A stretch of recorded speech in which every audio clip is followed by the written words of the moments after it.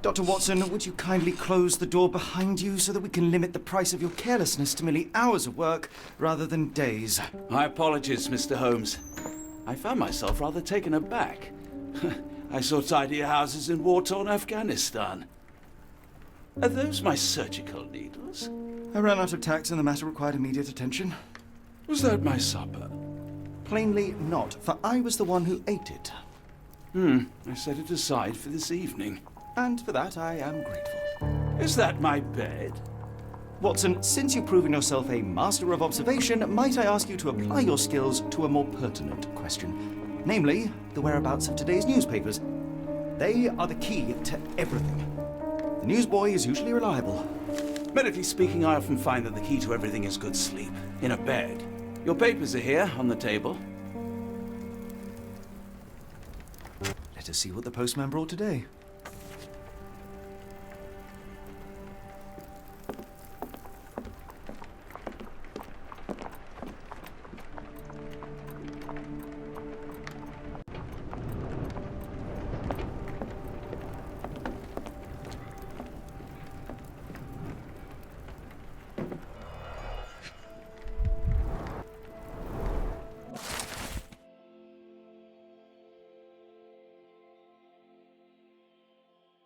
Local gossip, all of it uninteresting.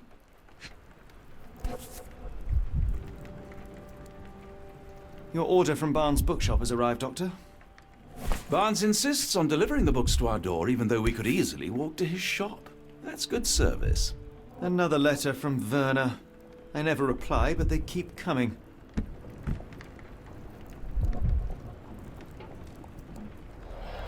I don't see the Strand. Where is it? Pardon me? I am on the precipice of uncovering a pattern of crime across London spanning many months and involving many men. The missing paper cannot be a coincidence. That's preposterous. My dear fellow, life is infinitely stranger than anything which the mind of man can invent. Well, life used your newspaper to wipe its posterior, so after that unpleasant discovery this morning, I disposed of it. But in lieu of the Strand, perhaps I can deliver you something equally tantalizing. I have just returned from a patient of mine, Captain Stemwick, who... No, that will not do. Grab your coat, Dr. Watson. Let us hope nobody has collected the dustbin.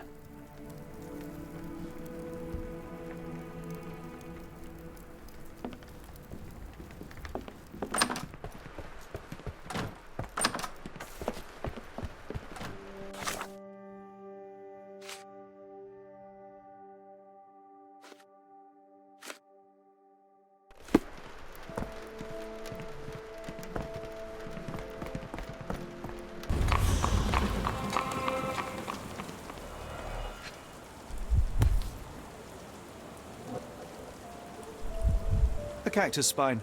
If it gets in your skin, it's awfully tricky to remove, and when laced with poison, the perfect assassination tool. You were mistaken, Dr. Watson. The paper was indeed dirtied, but not how you implied. It's potting soil. See, Watson? The conspiracy is real. Someone tried to poison me. Poison? You? That's madness. Get the Strand! Get your copy of the Strand here! Sorry, Mr. Holmes. I just sold my last paper. Blast. Then why are you still here? Boss pays by the hour. No sense in returning early.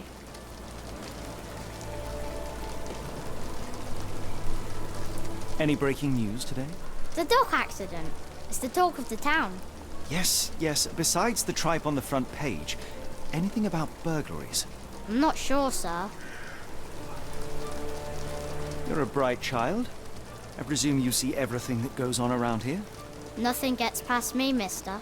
Then tell me, did you notice anyone suspicious at my door this morning?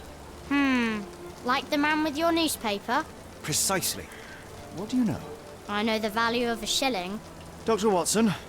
Sure, now I can take the day off.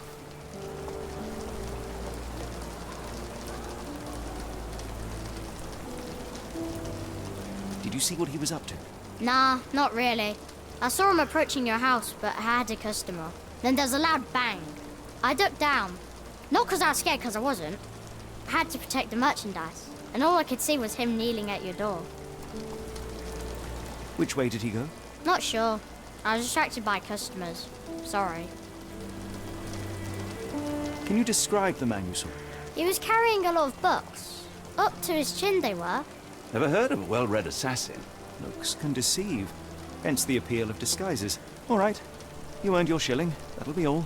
Thanks, Mr. Holmes. Maybe I could be your eyes and ears, if you have more shillings.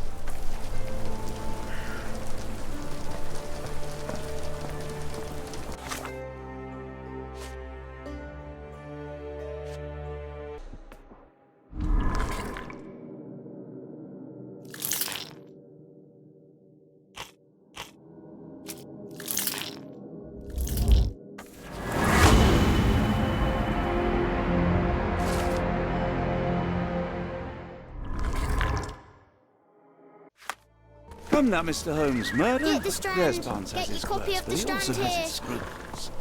Not every pawn knows it's part of a game.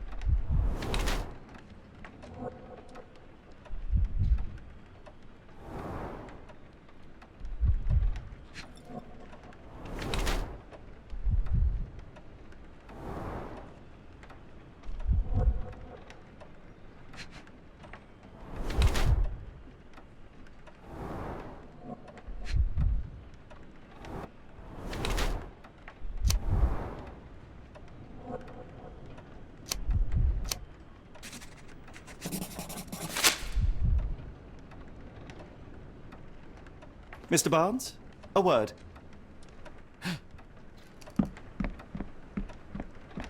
Oh, for goodness sake.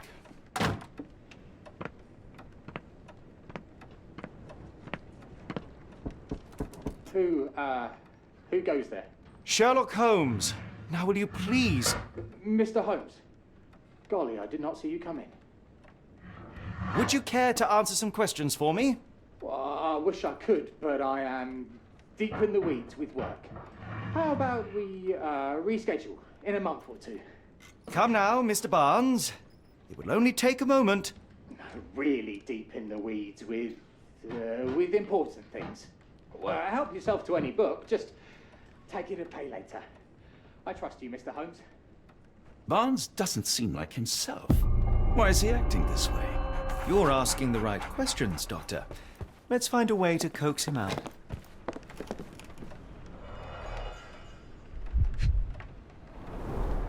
In the language of Mycroft's secret agents, it's a sign. Dried flowers are replaced when the job is done. I wonder who the recipient is.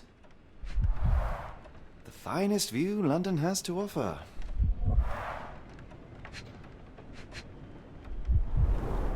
An improvised stand, but it does make the flowers more visible.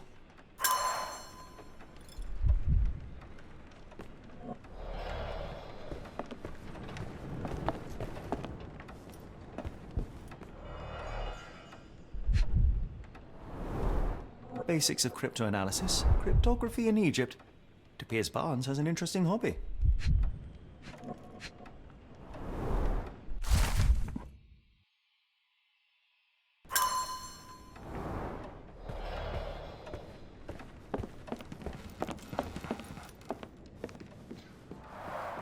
The ladder is broken, recently, judging by the freshness of the wood.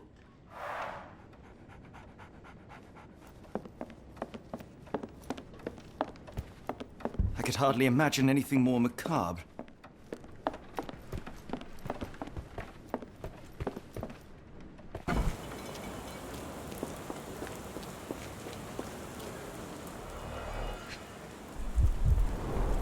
Encouraging people to stop and smell the roses?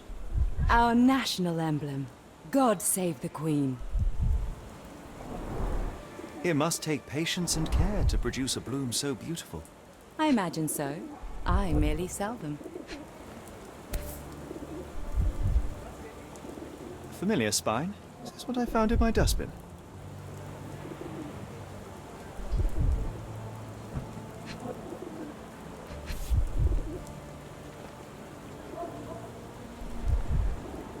The pot is damaged. The blow was severe, but softened by something.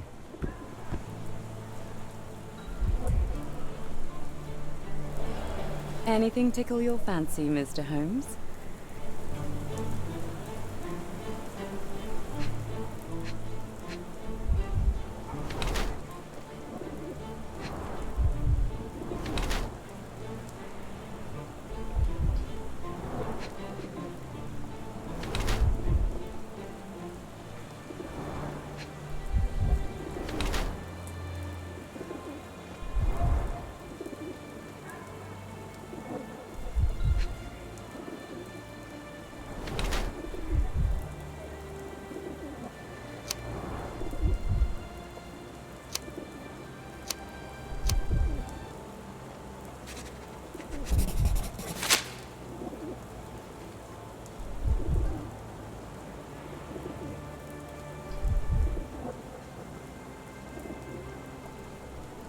My condolences, Mrs. Fleming.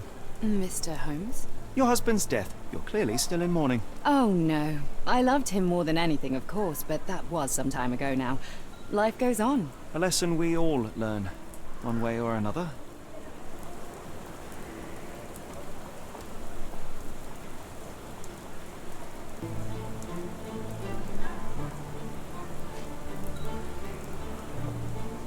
One of these things is not like the other.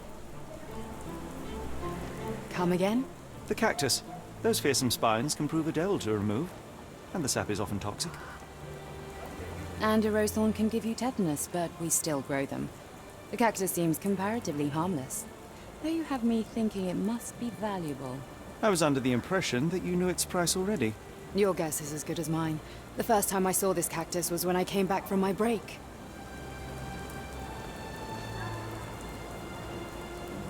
Are you familiar with Mr. Barnes? Yes. No, not really. Well, in a way. What on earth does that mean? I know who he is, of course, but we haven't shared much more than a look. A look? Yes. Each morning I go for a walk in the park with my dog, and most days I spot Mr. Barnes there with his new puppy, so we see each other. Actually, we once met briefly while our dogs played. He was quiet and seemed unsteady as he approached, but since then, we've never spoken. I often see him staring through the shop window. Sometimes I wonder what he thinks about that would etch such longing onto his face.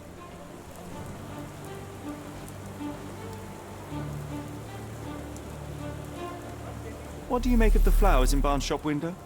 Well, they could use a bit of water. Do they mean anything to you? Mean anything how? I'm not sure I follow, Mr. Holmes. Why do you think they're there? Are you suggesting the flowers are for me? It seems likely, does it not? Oh, I hope you're right.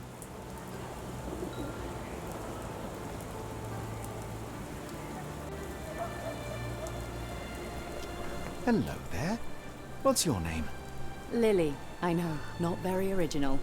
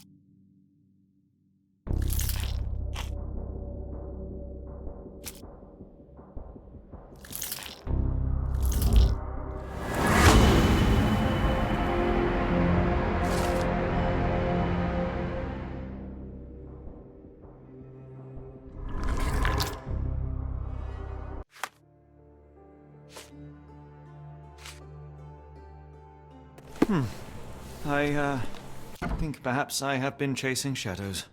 Do not despair, Mr. Holmes. Even the best of us make mistakes. We better tell Mr. Barnes what we've learned. So, Barnes has a dog now. Who's a good boy? Mr. Barnes, I know what you did, and I know why you did it. I'm sorry, Mr. Holmes. I can't hear you very well from behind the door. You ordered a cactus from the plant catalogue and then left it for Mrs. Fleming as a gift. You place flowers in the window to get her attention and wear high heels to appear taller and more desirable. You are her secret admirer.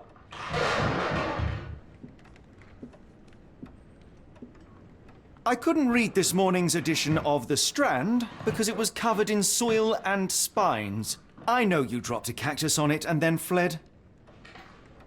Barnes, it's Dr. Watson. Rest assured we are not interested in disclosing your personal affairs to anyone, including Mrs. Fleming. Please come out. All right, then.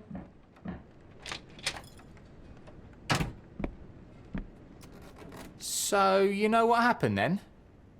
I was on my way back from the post office, having picked up the cactus and some books. It was quite an awkward package, heavy too, and when I got to your door, I dropped the cactus and your paper. Forgive me. I needed that paper to prove a theory and prevent a crime. Your actions were rather disruptive. Your clumsiness carrying the post is matched only by the clumsiness of your romantic gesture. Oh, it's true. I am useless with this sort of thing. I'm not even sure if Mrs. Fleming noticed.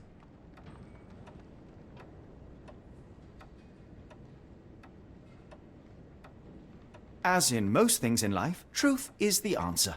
Cease with the obtruse signals and anonymous gifts, and simply talk to the woman. What is the worst that can happen? She rejects you, and you are freed from this endless purgatory. That...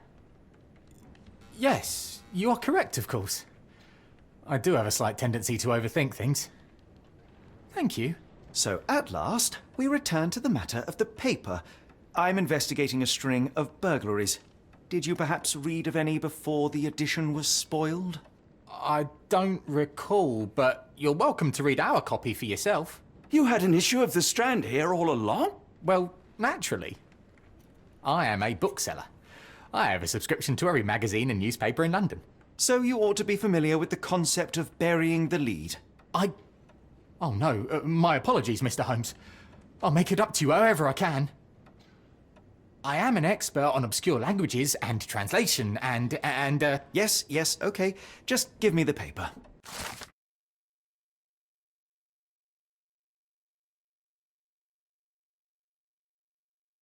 Come, Dr. Watson. Let us put this matter behind us. Farewell, Mr. Barnes. I hope to hear good news about you and Mrs. Fleming. Let me know if there's any way I can make it up to you. Tell you what, tomorrow's edition of The Strand is on me. I'm sure Barnes has had enough of our meddling, Mr. Holmes. We best be off. Well, that was an utter waste of time. An assassination did seem rather unlikely. There was supposed to be another burglary. I was certain of it. Something you wish to say, Doctor? No. Well, only that you have a remarkable faculty for deduction and pattern recognition. And that perhaps, if ill-applied... I see things that are not there. Yes. It is London. There will always be burglaries. Doesn't have to mean anything. So it seems. Forgive me.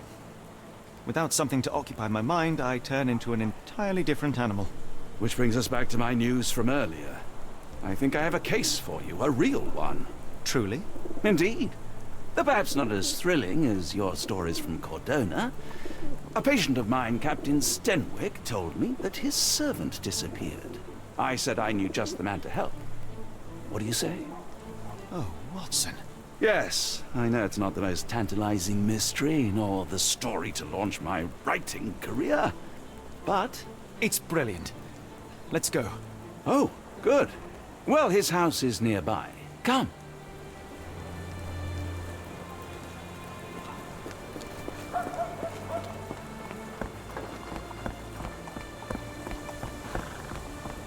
Not much further now. Is this lousy attitude of yours because of my altercation with Inspector Lockhart? Did he put you up to this? Sir, the inspector has nothing to do with it.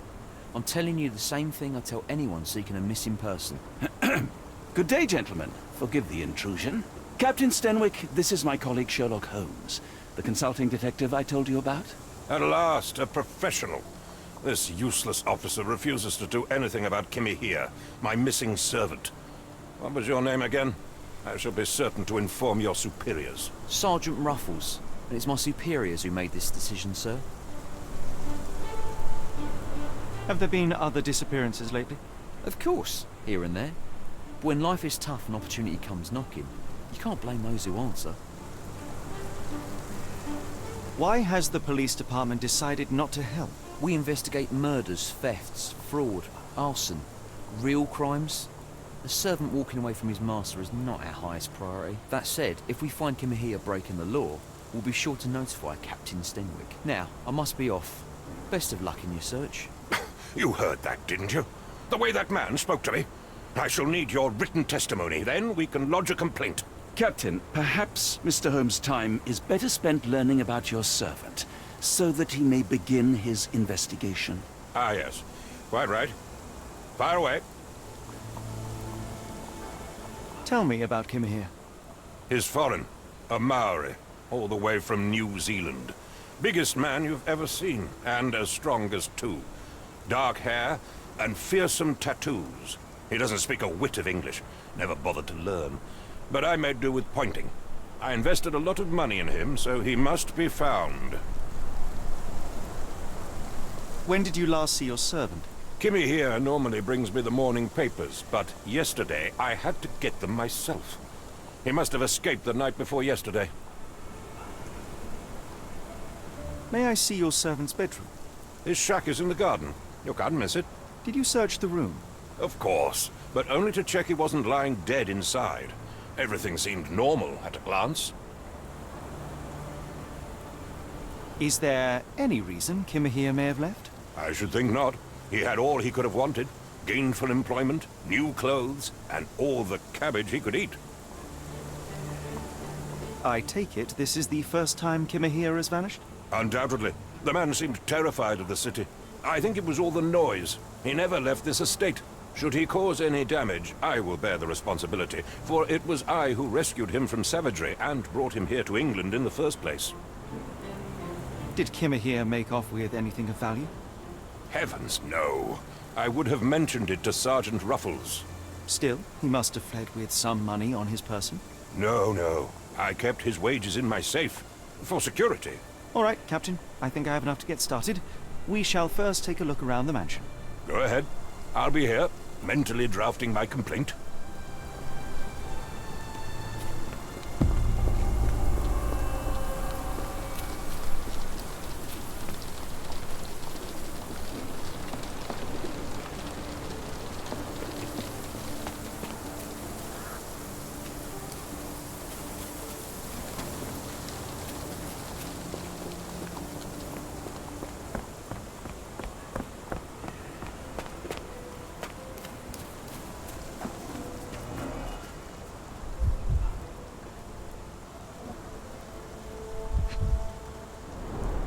A shoe print, roughly size 11, with a worn-out sole. These are a workman's boots. Chewing tobacco.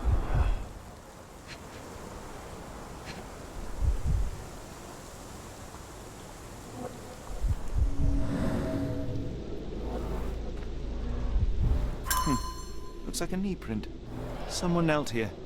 The amount of chewing tobacco suggests they were waiting a while. Amazing, Mr. Holmes.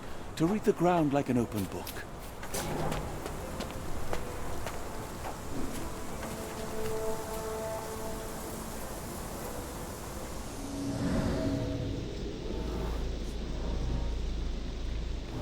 Who could have left these tracks? They seem fresh.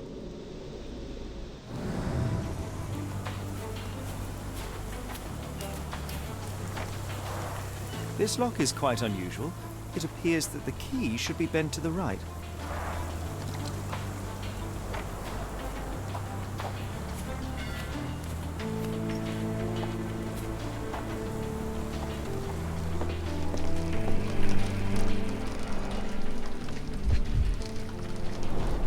A scrap of Hessian.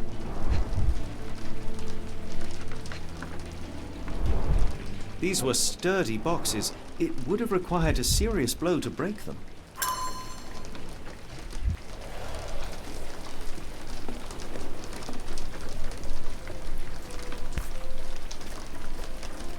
A Maori nose flute. Ngurus, they're called.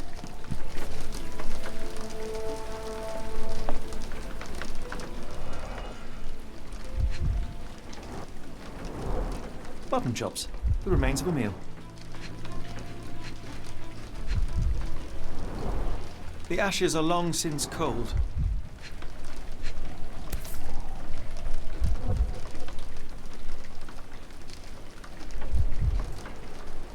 A heavy chemical odor. Lend me your nose, Doctor. Ah, I'll never forget that smell after my time in Afghanistan.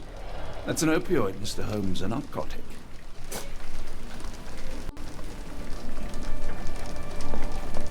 Clothes made of Hessian. Is Sten really so miserly? Is this a Taniwha, a Maori water spirit? Or something else? Either way, it's giving me chills.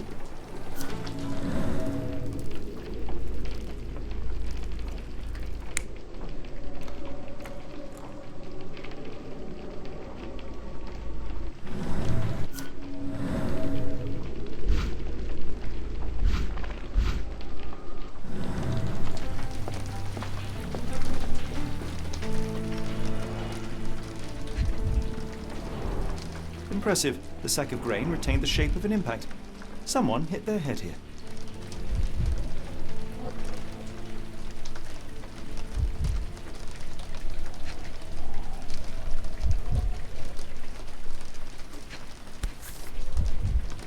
A small Navy spyglass.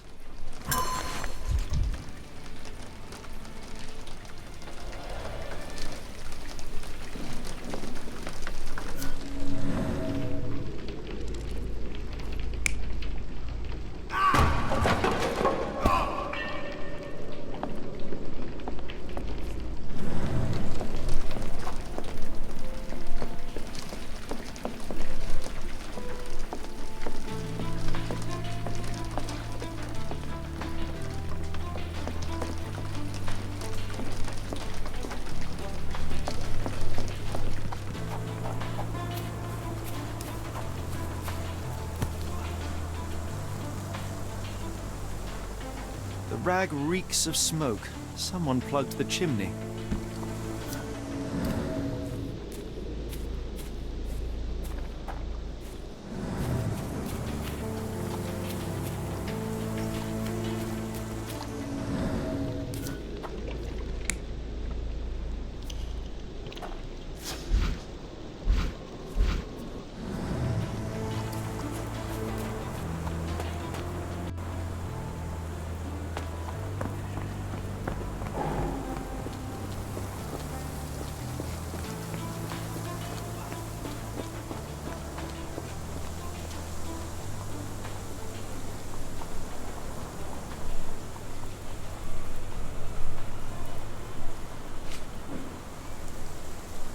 The door to your garden has an interesting lock. Yes, I have uncommon locks on every door of my mansion.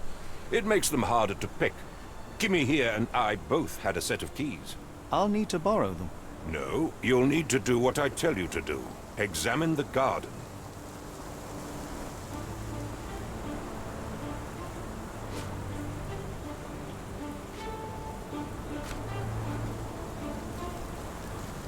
I came across a pile of Hessian clothes in the shack. Are they Kimihia's? Yes, I had to give him something to clothe himself. He seemed unfazed by his bare skin, but I found it distracting. Is this spyglass familiar? I don't recognize it. Could it be Kimihia's, perhaps? I doubt it. I never saw him with it, nor could I suggest how he might have come by it.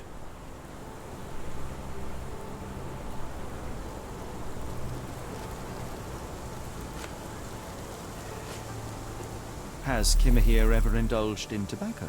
No, the man doesn't even drink. Are you certain? I found chewing tobacco in the garden. I controlled Kimihia's expenses since he struggled with the currency. I would have known if he used tobacco.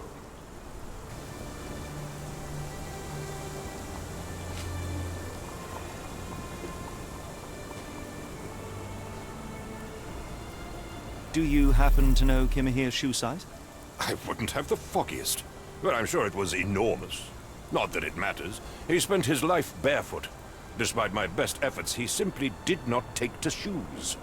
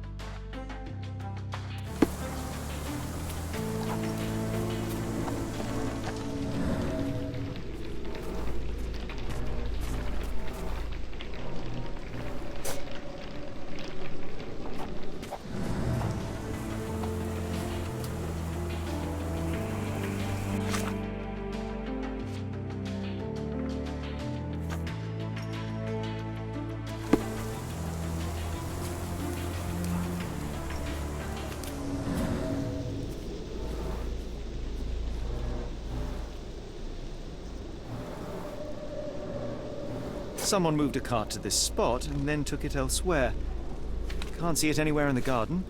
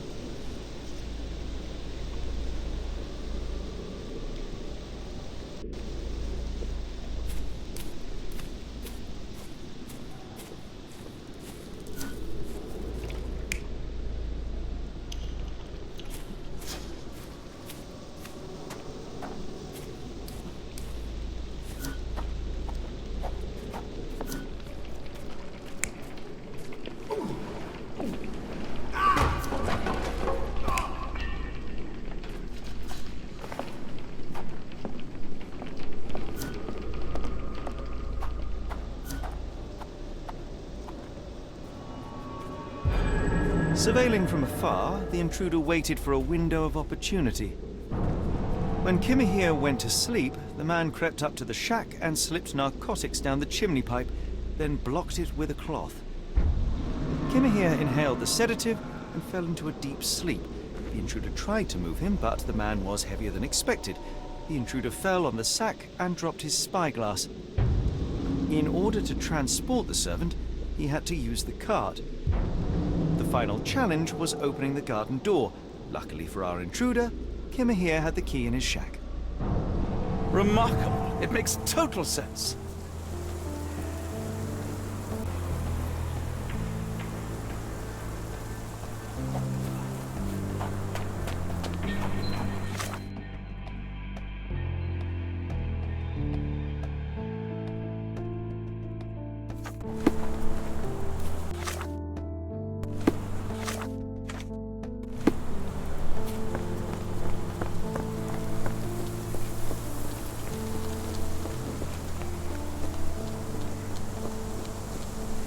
You'd best have found something by now, gentlemen. I found the residue of narcotics in Kimahir's brazier. There are several explanations, perhaps your servant's recreational interest, or an attempt at poisoning. Cut to the chase, Mr. Holmes. I fear that someone may have spied upon Kimahir, likely the owner of the spyglass I found earlier. It appears they were watching for some time, as there was an impressive amount of chewing tobacco on the ground. And your point? You said that you checked the shack earlier. Did you notice the cart tracks near it? Now, one ought to expect a servant to make regular use of such a thing. Indeed, I would have overlooked the detail were it not for the cart's absence. If, as you say, Kimahir never leaves your estate, then where did it go? I expect answers from you, Mr. Holmes, not questions. I won't keep you in suspense any longer, Captain. Kimahir was abducted by the owner of the spyglass. When your servant fell asleep, he slipped a narcotic into Kimahir's brazier to make him sleep even more soundly. In order to carry a man as large as Kimahir, the intruder stole the cart and rolled him right out of your garden. Now, hold on. All this simply to tell me what I already know. Why haven't you found him yet? I only arrived a moment ago. It is, frankly, incredible that I have already deduced so much. Every second you dawdle here, waiting for me to stroke your ego, is another second wasted. I'm not interested in the how, the why, or the who.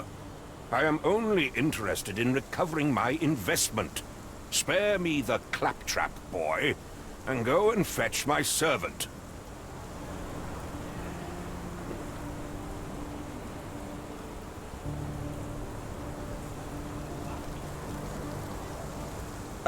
The point is, Captain, we're telling you this for a reason.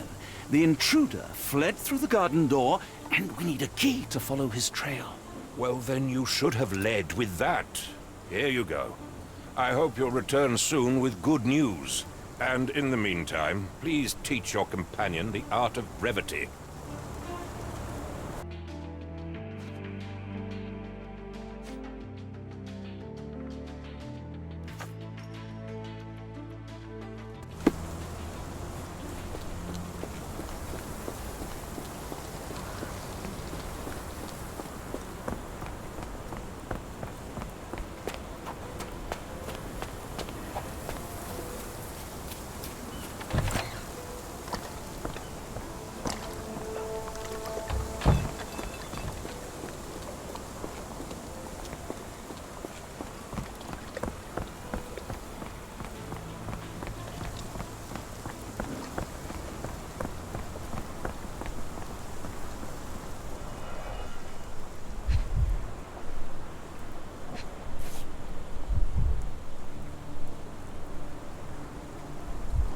Roy Soulsby. Could that be the name of our man? A strange substance. I have my suspicions based on the color and consistency, but would you care to hazard a guess, Doctor? Well, it's odorless, but from the way it absorbs water, I'd say saltpeter. Then we're in agreement. Well done. Sturdy rope, professionally tied in a Portuguese bowline. This knot is often used by sailors to create a bosun's chair. Wheels picked up grass along the way. Kimahir's cart, I gather.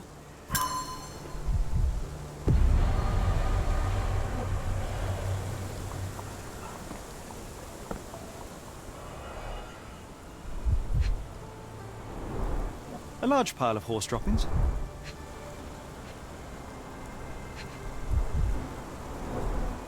Many cigarette butts. Someone stood here for hours. There was a cab waiting here. Our abductor slipped in and then off into the night.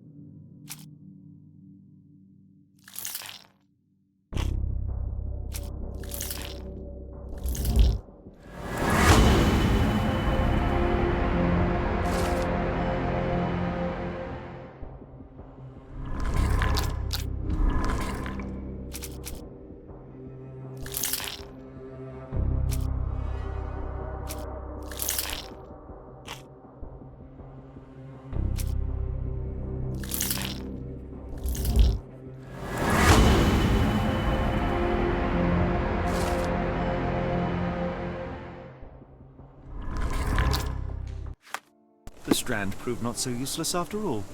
The saltpeter accident. Doctor, do you recall? The Port of London, of course. The footwear, the spyglass. Indeed. We shall need to take a cab there.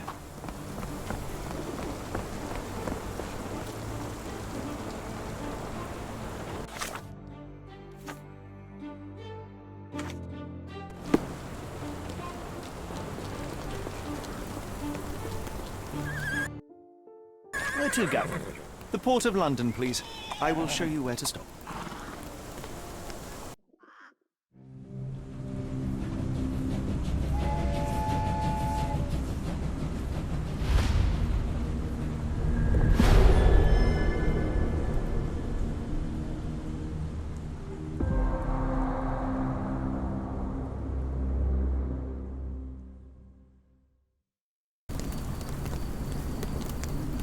Mr. Holmes, what a compelling mystery we have stumbled upon. Perhaps I have the premise of my next novel. One kidnapping does not a story make. Stop! A black cat crossed before us. It's a bad omen. Do not take you for the superstitious type, Doctor. Such things are mere fantasies, tricks of a feeble mind. One imagines a physician would keep a surer footing in reality. Perhaps, before the war, my time abroad was difficult. Once, I came across an Afghan, bleeding, who I could not save. He pressed a rosary into my hand. A gift, he said, so as to gain God's favor. After that... Dr. Watson? Yes, well, I shan't get into details, but sometime later I found myself lost in the desert. Dehydration set in, and things grew ever more dire. The man's words came to me. I said a prayer and placed the rosary on a rock. A gift to gain God's favor. And you were rescued. Yes. A detachment of British soldiers found me. To whom I'm grateful.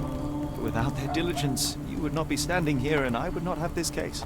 I'm sure you have another explanation prepared, Mr. Holmes, but I think I shall cling to the occasional superstition all the same.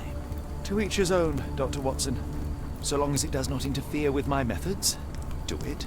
We must press on, cat or no cat. The question remains, why abduct Kimahir?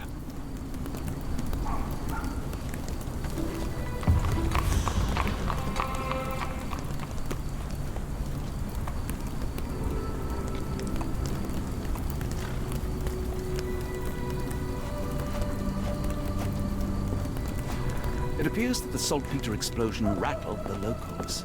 Can't blame them for staying at home. Oh, hardly a reputable establishment. I've seen worse.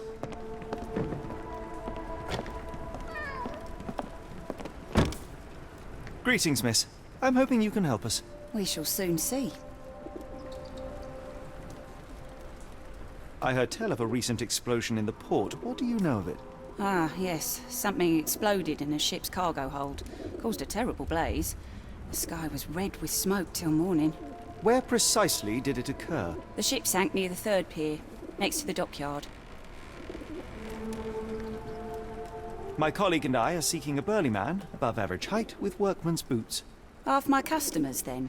Your description hardly narrows things down.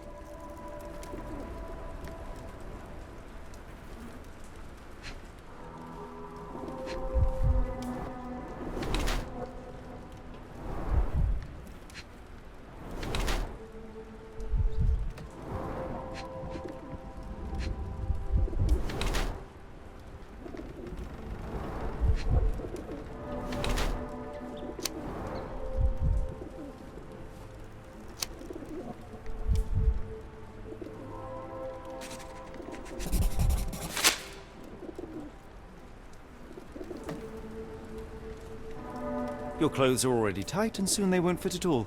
How far along you? I thought I'd hidden it better. How did you know? Are you a doctor? In a manner of speaking. He's not. He merely has the ego of one. I apologize, miss. Mr. Holmes is fond of his observations, but I am the doctor here, not him. Do you need any help? I'm fine, thank you. I would rather not discuss my condition, nor let word of it spread.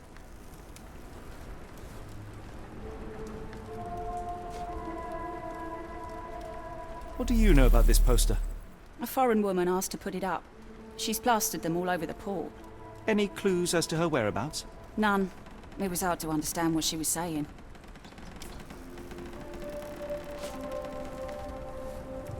Are you familiar with a Roy Soulsby? Roy Soulsby? I know the name, but he's not one of my regulars. My guess is that he works somewhere around here.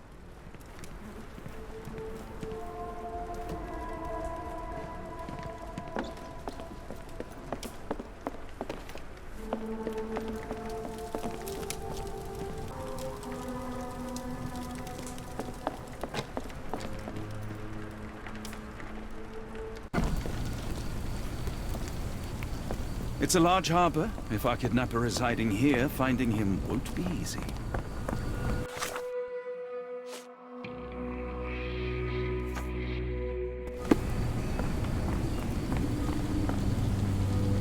this familiar to you? I think I can help you.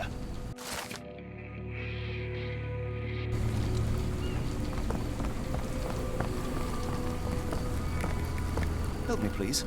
I can't tell you because I don't know.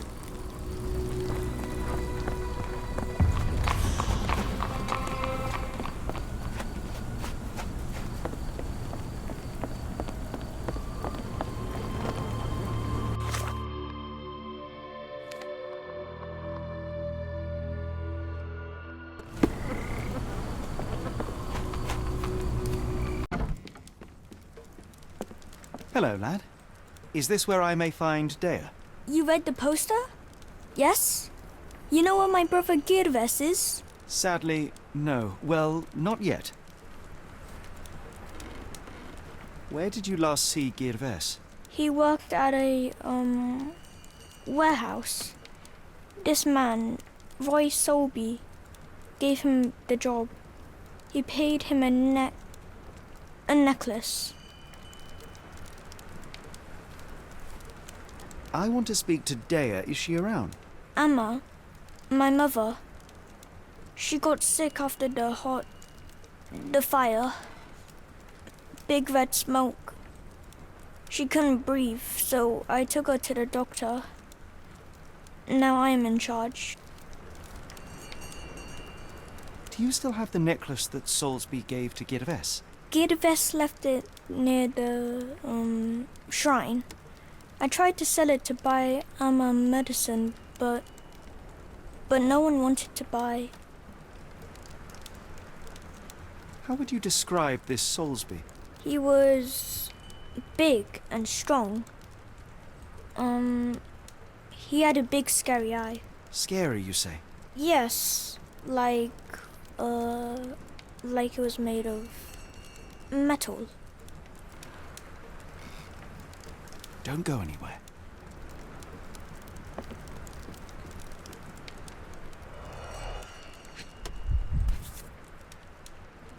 This cheap pendant looks like silver, but it's only made of tin. No surprise the boy couldn't sell it.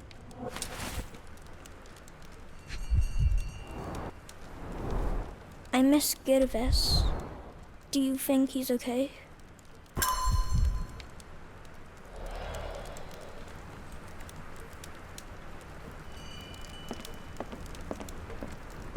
I should have helped Amma put out the posters. If she hadn't been in the smoke so long, maybe she wouldn't be sick.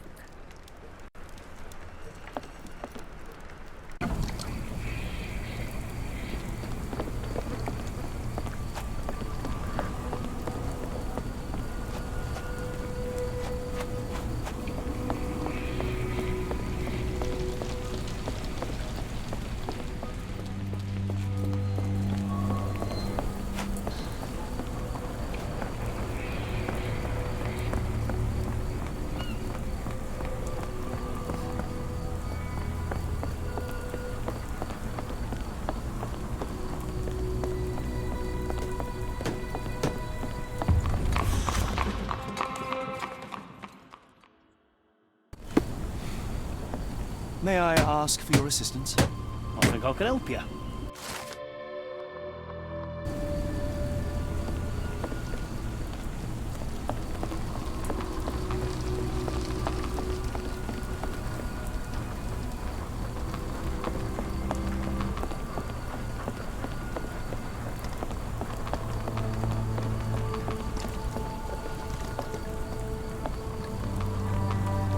Not in the mood, mate. Shoo!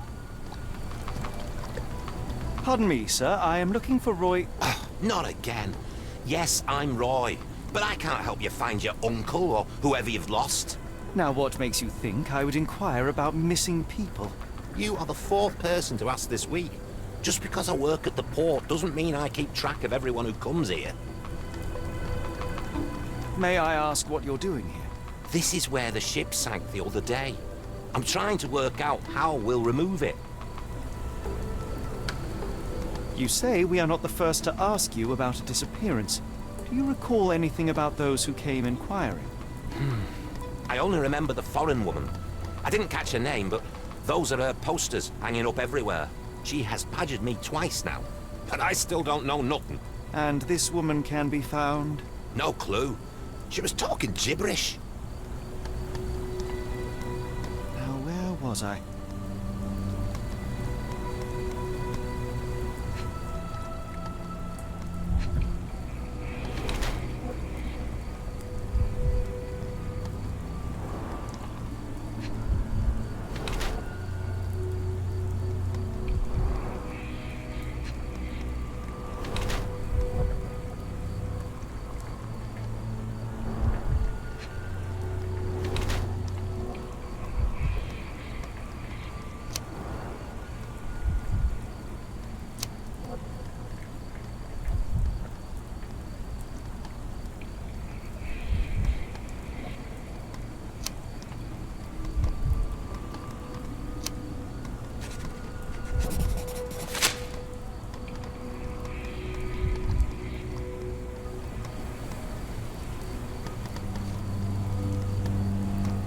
I have been told that you hired Dea's son, Girves, right before he vanished. His brother also said you had a metal eye. What do you make of this? Tell that him to stop making things up.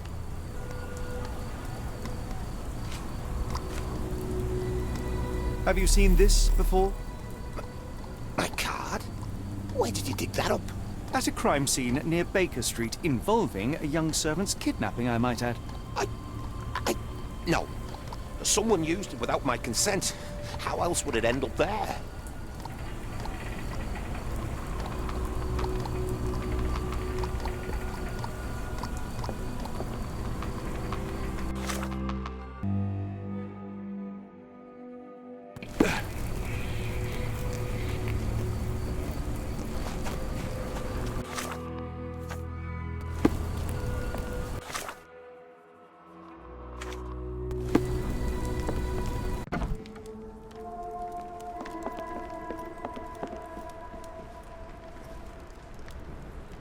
Have you ever heard of a man with a metallic eye? I've seen him even. Dirty Summers is the name. A nasty lout, with a silver ball in place of a missing eye. I shudder to ask, but where does one find a Dirty Summers? He likely signed on with a ship. I am not one to spy on others, let alone him. I see. My advice, keep away from him.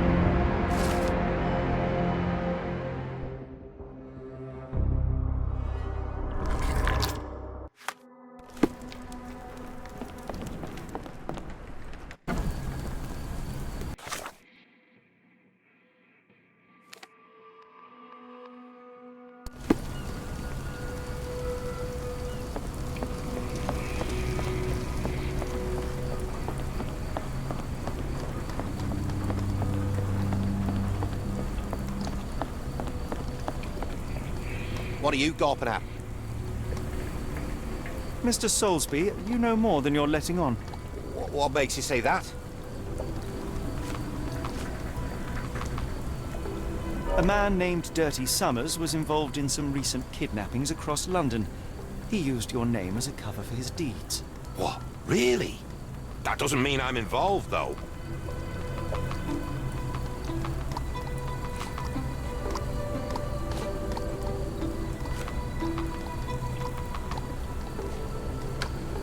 Your calling card was found at the crime scene. That's enough to make you a suspect. You cannot be serious.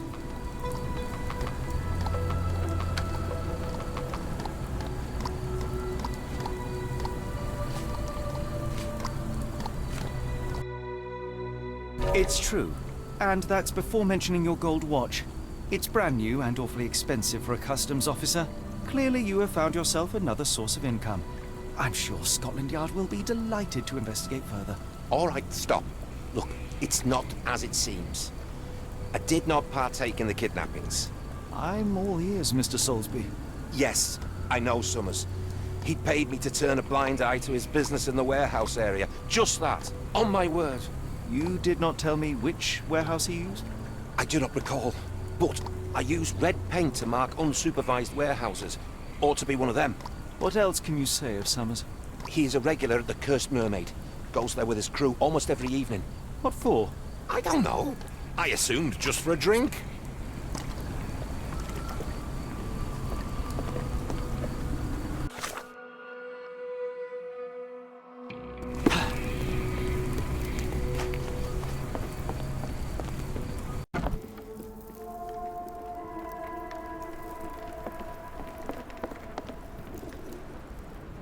Why do I have the feeling that you know more about Dirty Summers than you're letting on? I have nothing more to add, sir. Enough. I have hard evidence that Summers was involved in recent kidnappings across London. I'm not surprised. So what?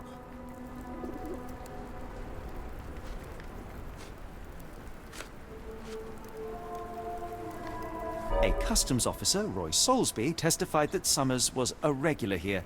You must know something about his business. All I know is his drinks order.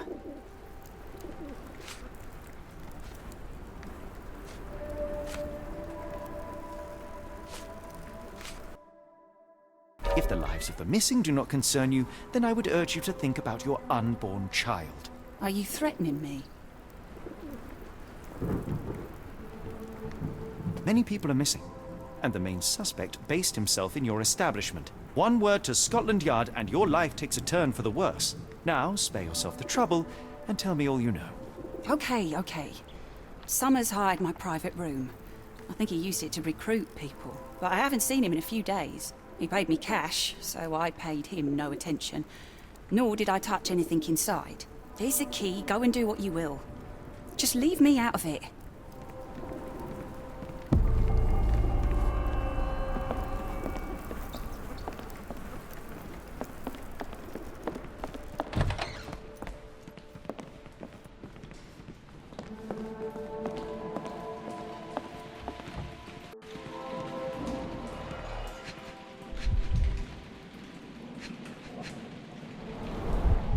£5. That won't go far.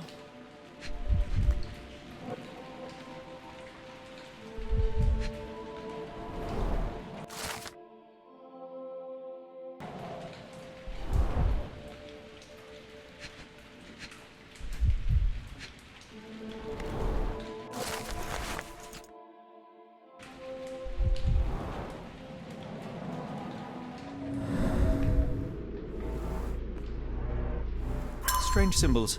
I don't recognize them.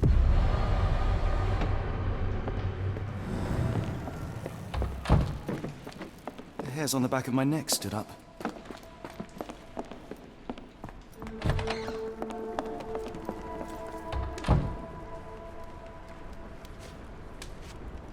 What did you see of Summers' work here?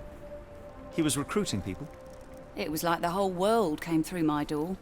People of all creeds and colours, but always strong, always tall. They seem like workers or journeymen. Beyond that, there's not much more to tell. I took his money and let him be. And this lasted how long? Several weeks, I wager.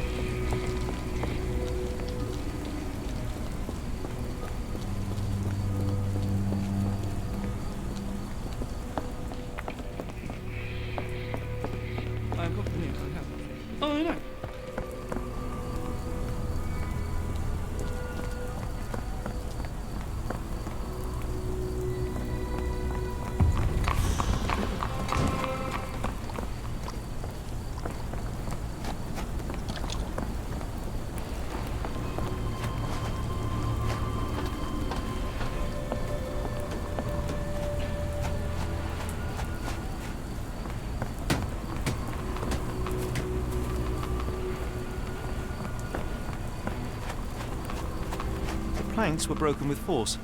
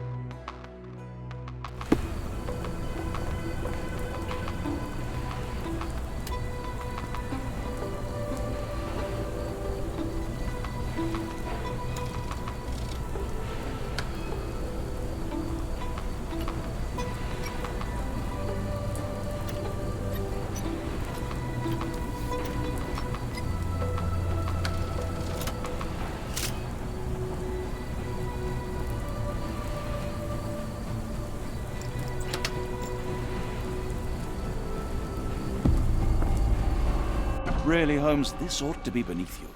As my brother would say, it is for the greater good. The layers of rust will prevent any movement.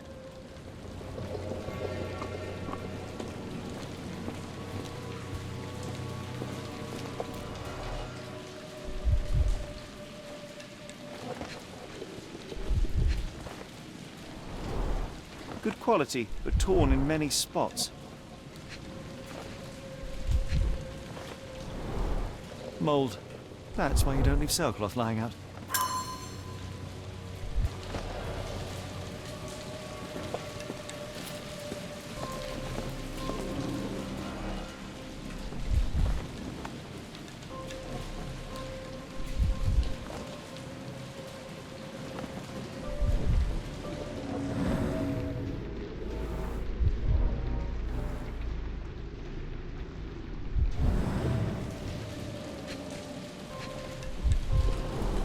The scratches are fresh, left by something metallic.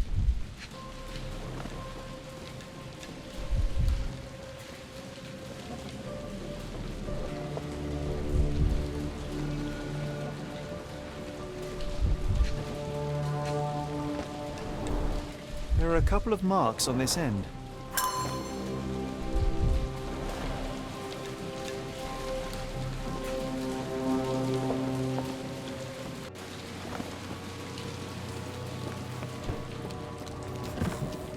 This crank saw some use.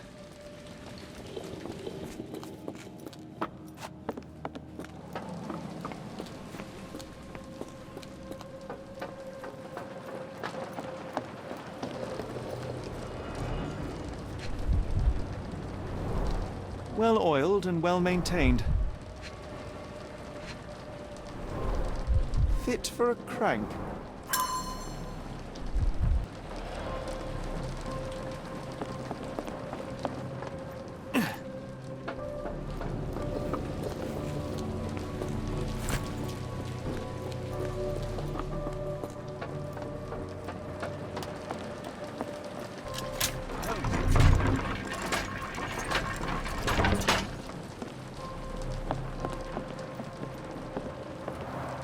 It's stuck. No one's used it in a very long time.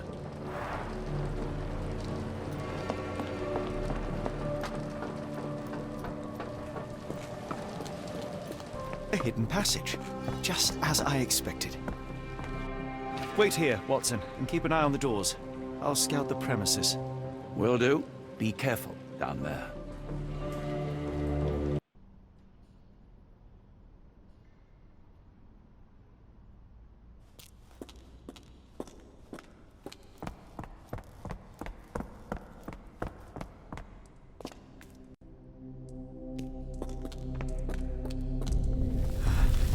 Wait, what's happening?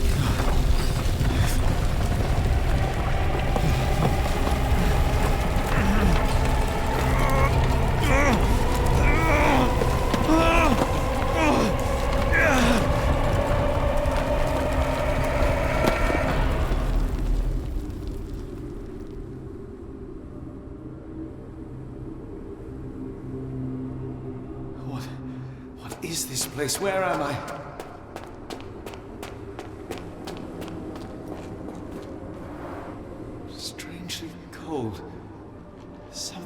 missing? This cannot have been under the port of London all along. Is it? The only way forward is the abyss.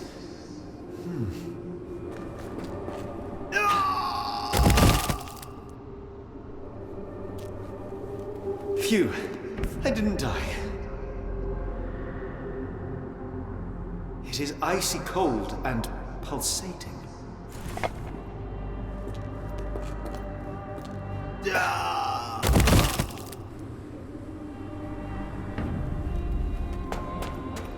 My heart, be calm.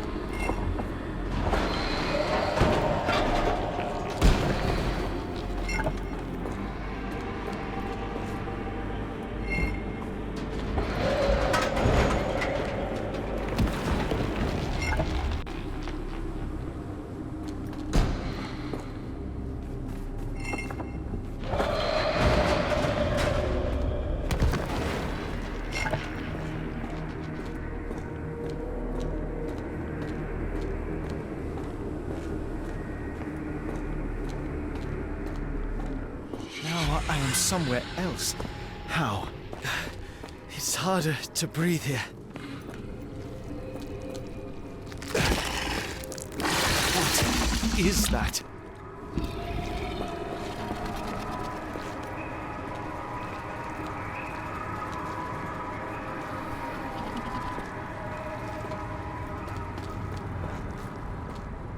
It's like it stares right through me.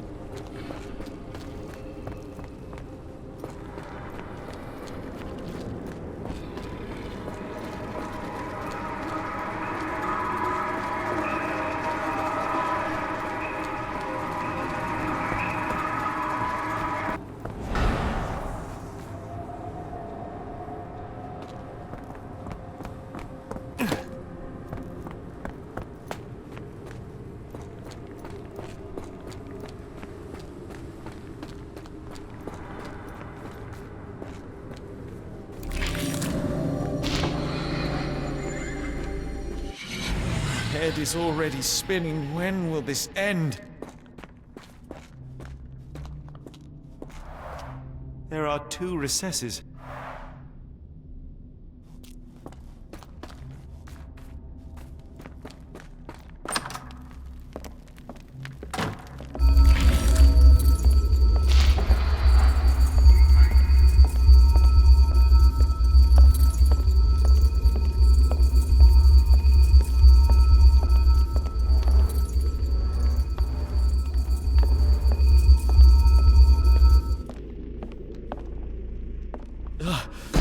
The stench. A strange stone. It almost feels alive.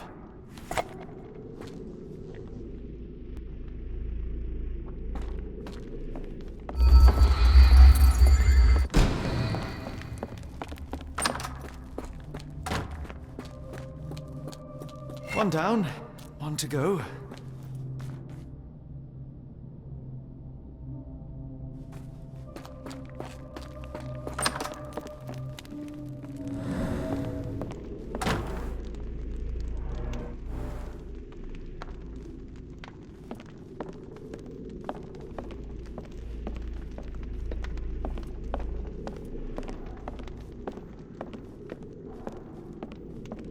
Oh, that is truly revolting. Frozen and pulsing almost like it has a heart.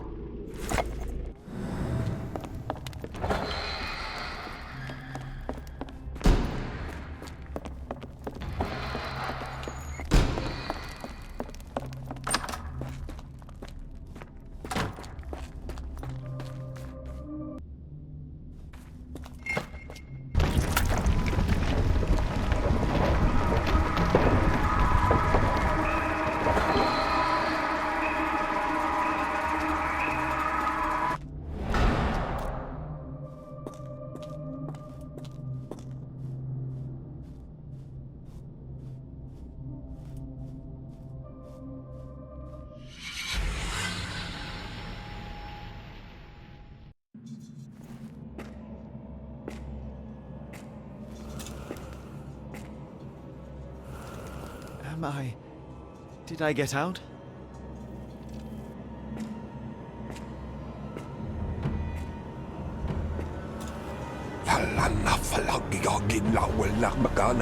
John? What is it, Holmes?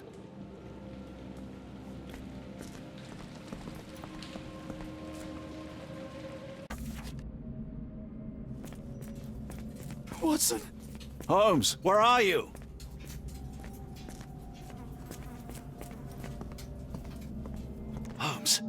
Holmes, are you all right? Fine. Watson, I'm fine. Thank you for asking. Fine? By Jove, you should have heard the way you called out my name. It was just a game of shadows.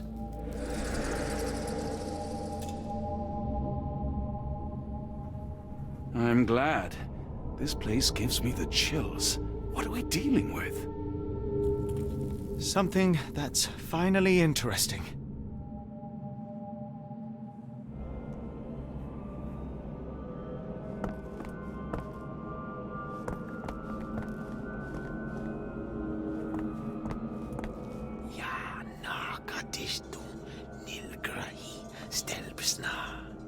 Did you hear that, Watson? I hear you. Kianak, Flegethor, Lebumna, Siaha, Inguft. Finglui, Maglanafa, Kutpulu, Rilia, Waganagal, Fatagan. What on earth? How is that possible?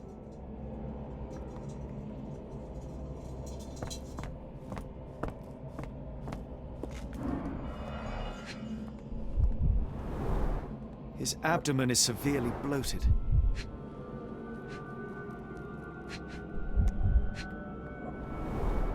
Cyanosis of the lips, marks on the neck.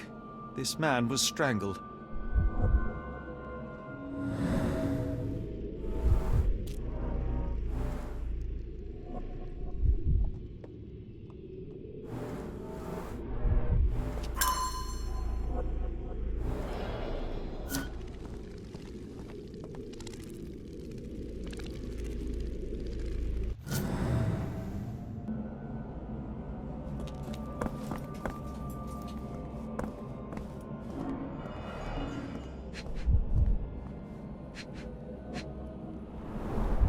Fine rope work. Cut by a finer blade.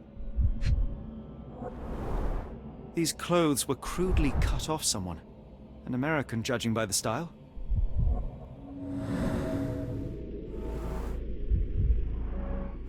Someone used mud to draw a cross in a rectangle. Why?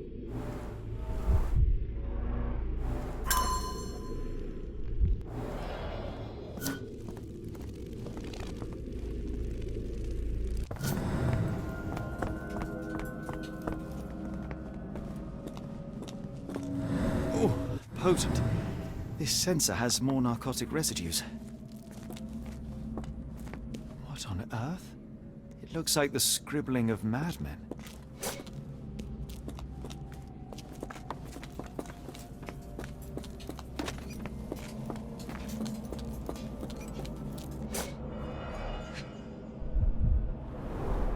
These clothes are missing buttons. They were forcefully removed. Dumpra, a staple of lecturemen's attire in Nepal. Gathered from dozens of people at the very least.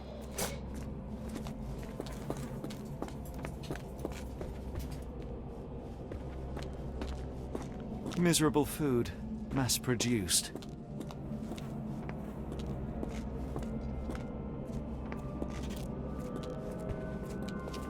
Oh, potent.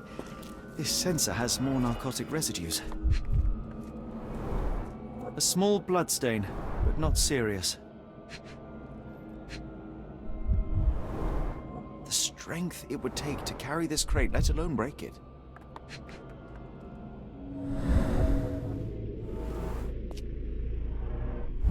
Deep scratches left in a frenzy.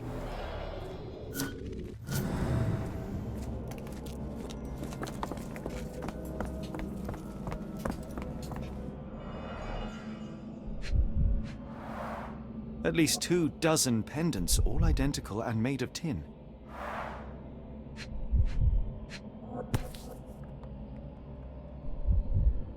Someone got their hands dirty painting this with blood. An American passport.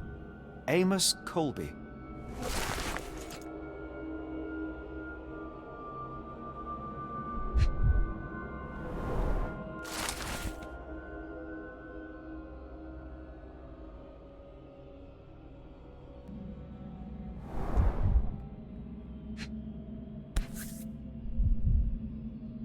I've never seen a pattern like this before.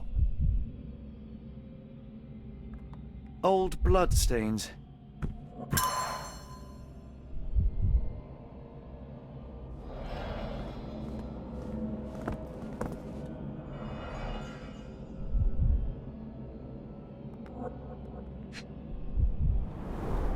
It seems made for simple experiments. I wager they could not afford a better set.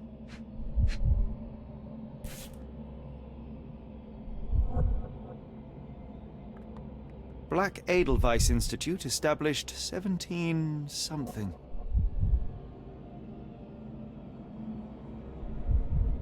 This box contained a narcotic substance, much like the one in Kimihia's brazier.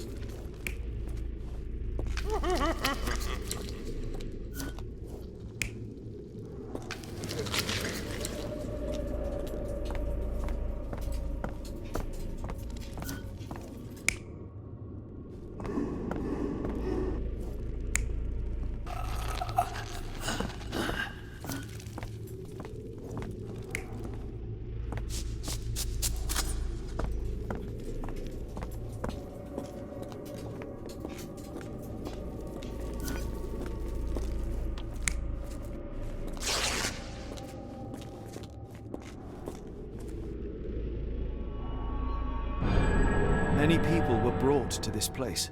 Their abductors stripped off their clothes and discarded them in a pile. The prisoners were kept in a soporific trance by the use of narcotics. A few tried to resist, but alas, in vain. After a few days, everyone was stuffed in a crate and sent elsewhere. Only one captive was left behind. He was strangled to death on this altar.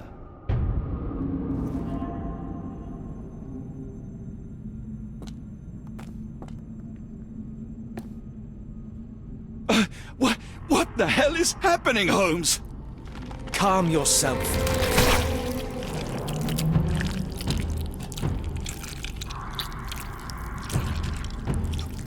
Cannot be.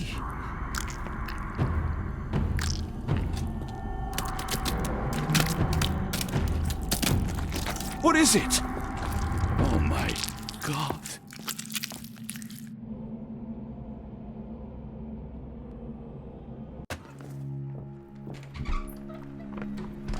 please tell me we found all we needed to, Holmes? I think we found a bit more than that. Yet we have no clue as to where those people have been taken. And that's where you're wrong, Watson. We have more than enough. I just need to connect the dots. How about you pack your suitcase in the meantime, my dear fellow? Just in case.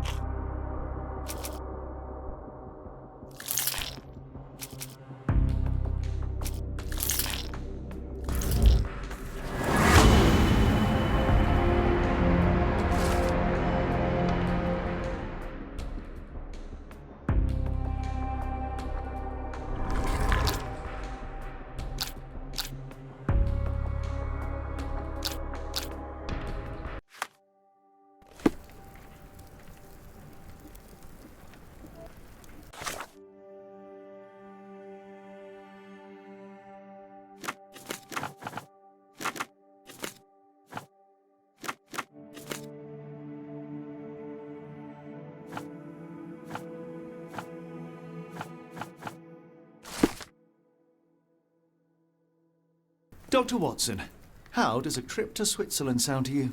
It sounds unexpected. What makes you think we should head there? It's all about the box with narcotics and Mr. Colby's clue, the cross inside a rectangle. Put two and two together, add a dash of research, and what do you get? The Black Edelweiss Institute in Interlaken, Switzerland. If we hurry, we can still catch tonight's train.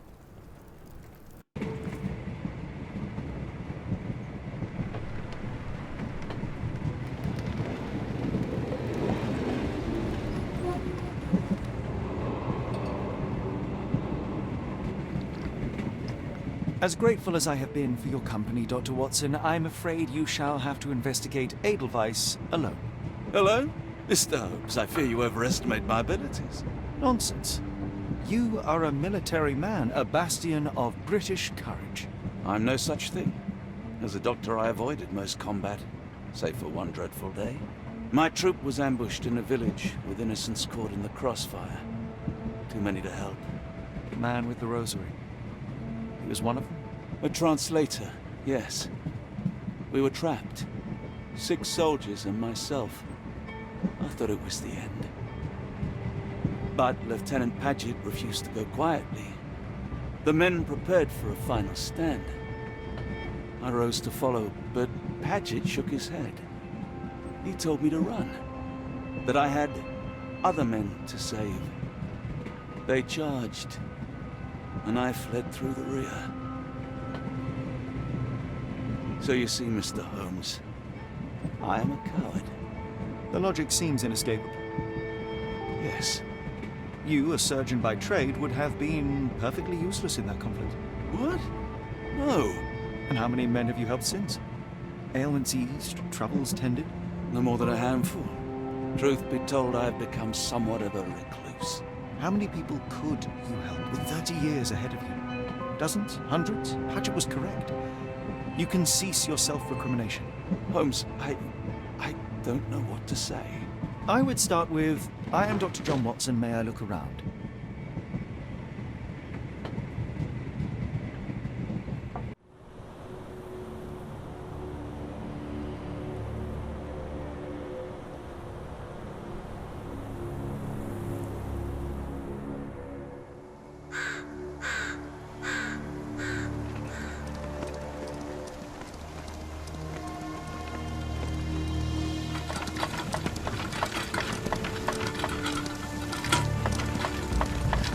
The Edelweiss staff will doubtless be eager to show off their facility to a fellow physician.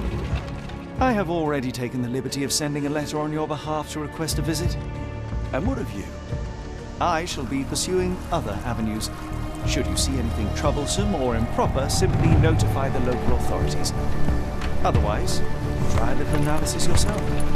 You know my methods. Apply them.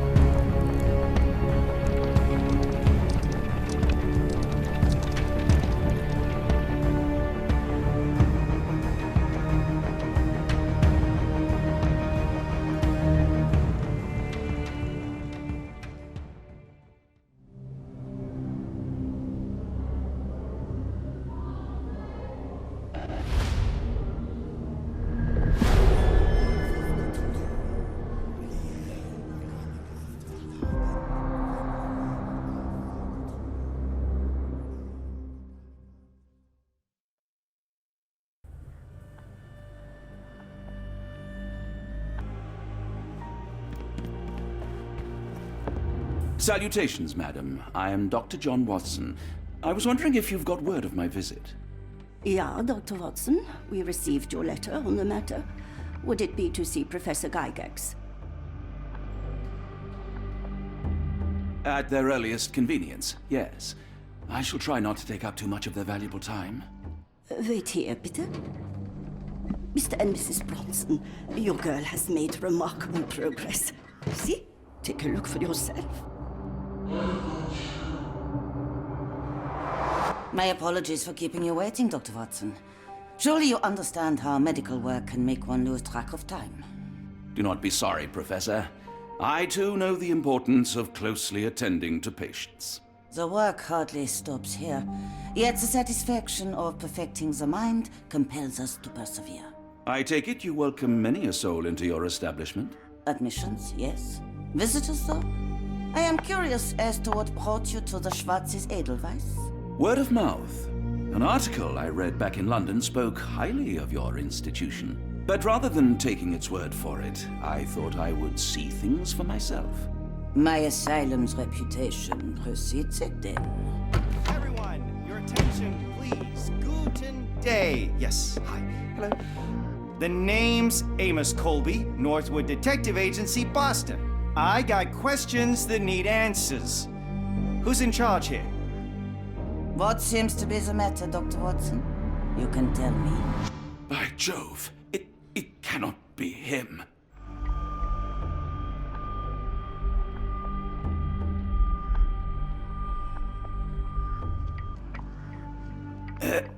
Right. Yes. I was surprised because that man is a celebrity. Yes, that's it. Very famous, Mr. Colby. I couldn't believe my eyes. No. In my line of work, it can't wait. The longer it takes If me you to wish get to the recuperate, truth, the Dr. more Watson, lives you are may placed avail in yourself harm's of the way. guest room. But I have so much more to discuss.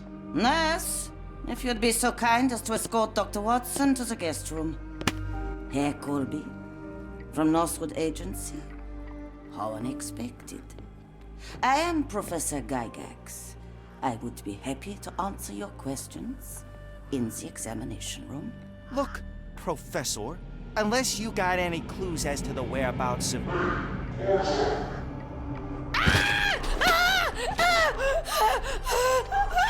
There is no need to be alarmed. No one gets neglected in my care.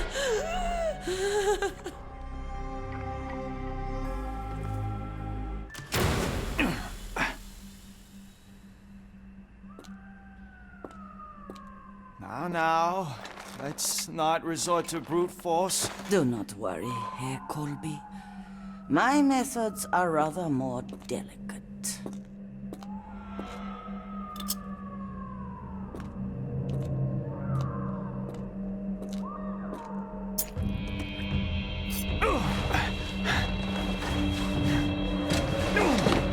Search him thoroughly. Then take him to the holding chamber. I need to decide precisely what to do with our guest.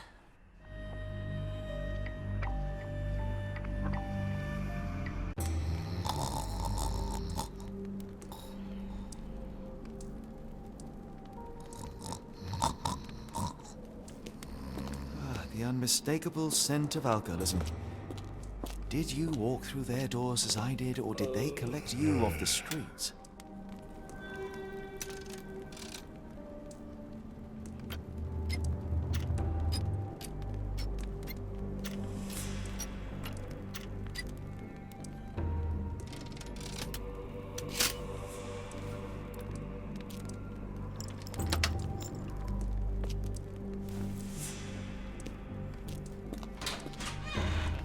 truncheon, not the typical tool for a nurse.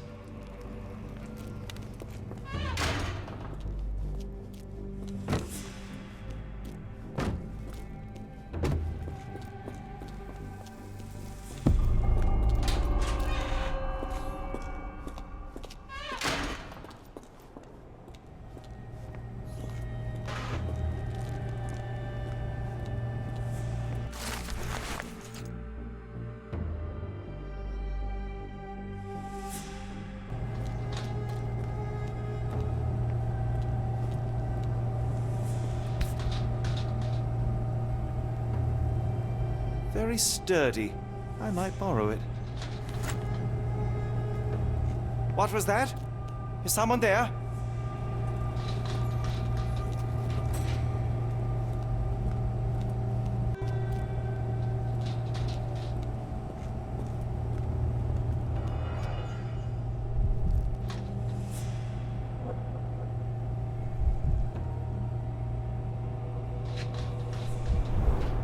Any chemist would envy the quality of this equipment.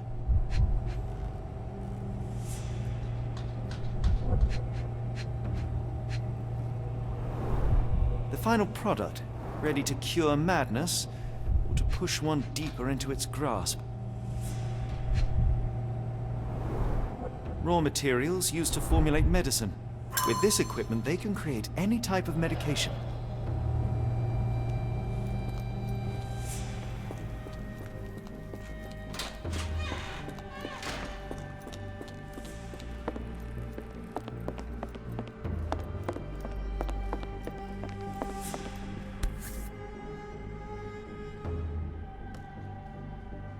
This sedative worked faster than I expected.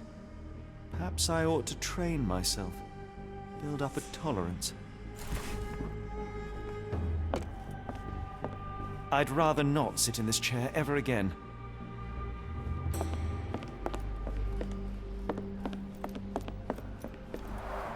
Darn.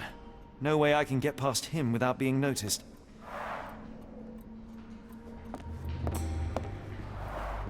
There's the guest room. I wonder if Watson was able to speak to Gygax.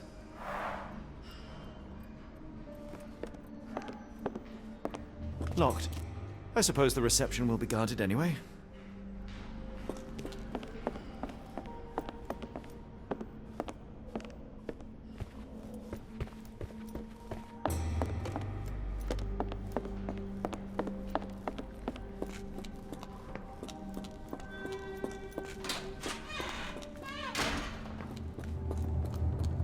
You there! I command you to free me at once! I'm not sure that's a great idea at the moment. How dare you deny me? I must have my revenge against the lickspittles upstairs! Fortunately for you, I'm here to stop the very same people. You are? Indeed. But first, I must discover all I can about this institution.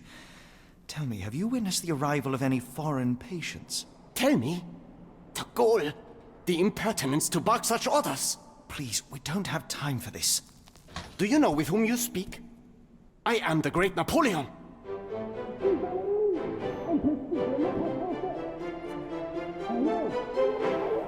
Ah.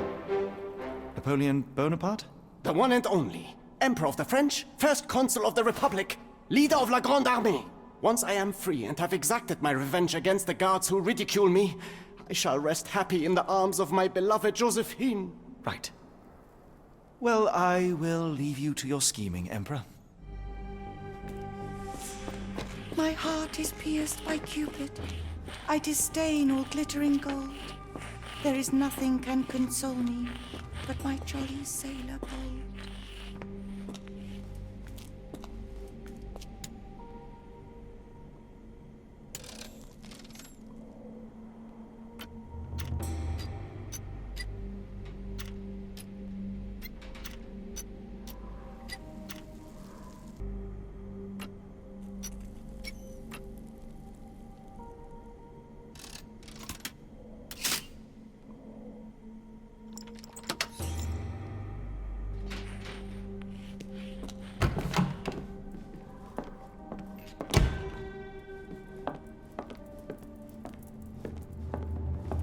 John Sallow, the tulpa phenomenon. I'm somewhat of an expert already. Speech and the Cerebellum by S.A. Becker.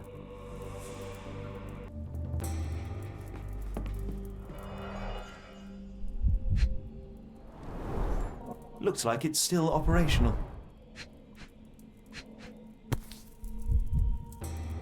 I can make out the names listed here. This photo was damaged, seemingly by oil. Cooking grease. Is this the kitchen dumbwaiter?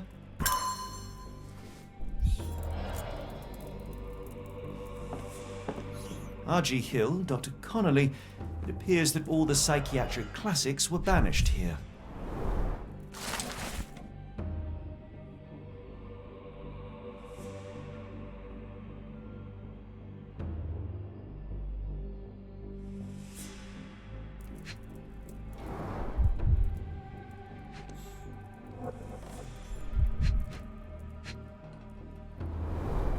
Tubes of varying diameters. Interesting.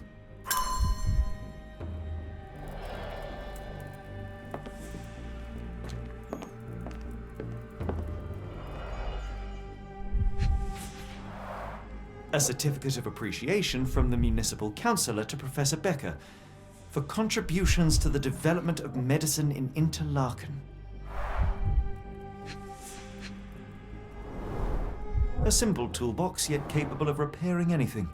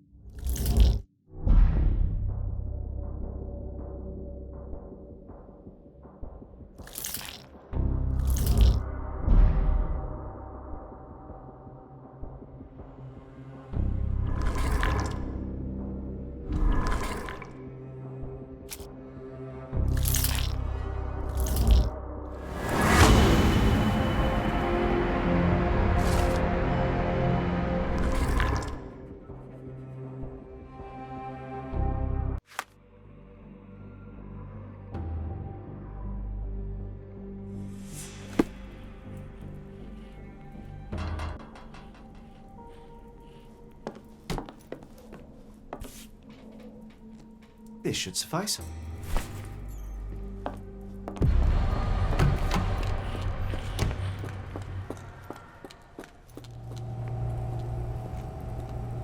I'm sure I heard something.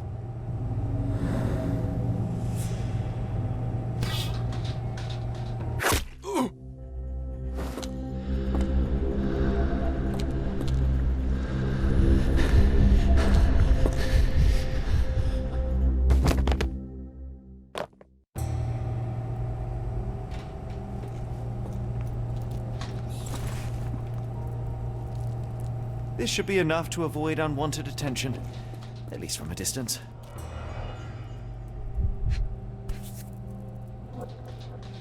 Manufactured and packaged here. This is the same narcotic substance that we found in London.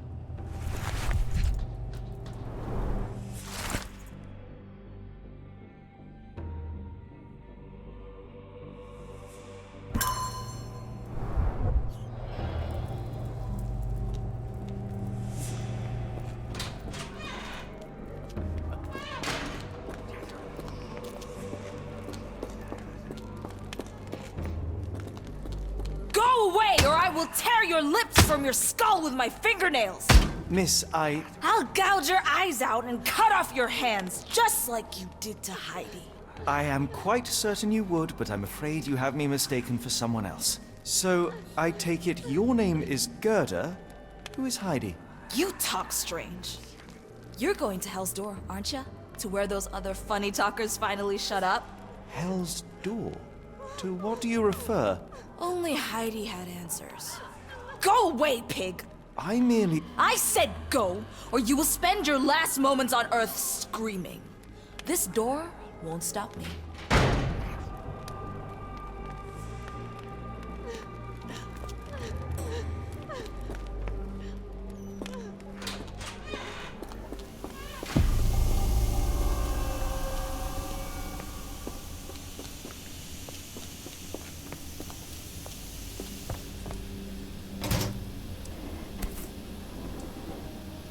So you're Heidi.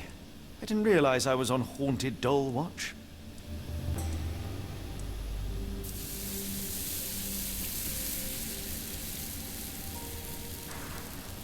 Good lord, how unsettling. The damage seems intentional.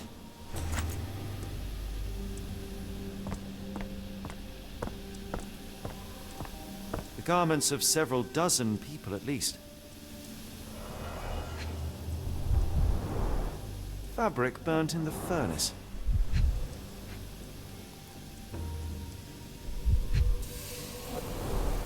A jalabia, a traditional garment from northern Africa.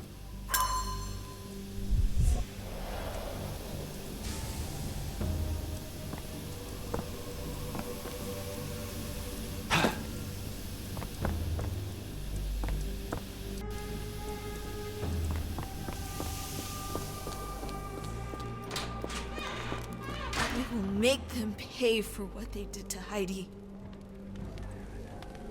I believe I have found your friend. Heidi! Oh, poor girl. What did they do to you? Shh. It's all right now. Everything will be all right. Please, Gerda, now I have found Heidi, I need some help from you in return. Shh, Heidi. We should thank the man, don't you think? How did you end up in Block B? The nurses say I'm prone to violent outbursts, but they're wrong. I just do what Heidi tells me. Have you ever met Professor Becker? I remember him. He was in charge here before that witch Gygax. But I haven't heard his voice for a long time. Too bad. He was nice. Professor Gygax seems to rule this facility with an iron fist. Do you know anything about her? She's sick. She did nasty things to us. Separated me and Heidi just for fun.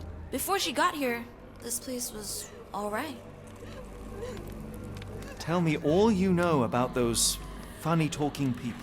We'd hear their screams. The guards would take them down the corridor behind you and they'd disappear. And the screams would stop.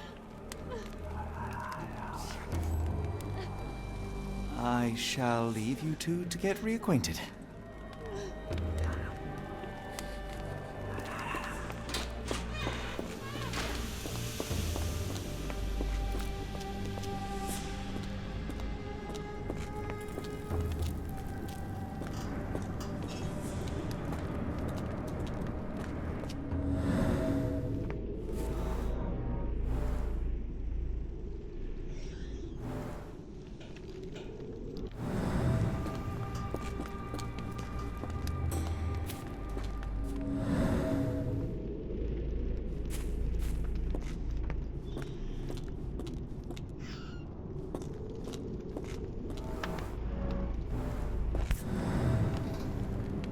An Orthodox reliquary commonly found in Eastern Europe, now in a cell halfway up the Alps.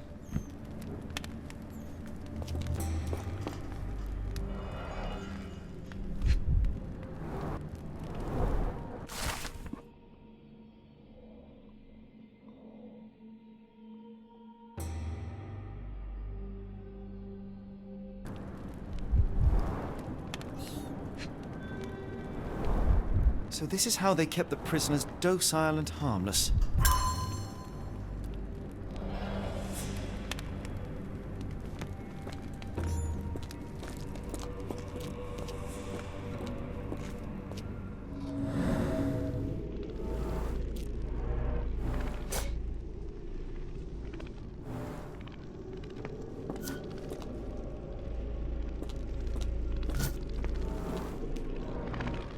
This stretcher was disinfected frequently.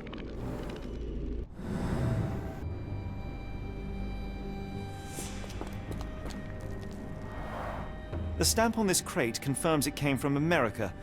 That's quite a distance to travel. These are the same crates we found in London. I should take a closer look.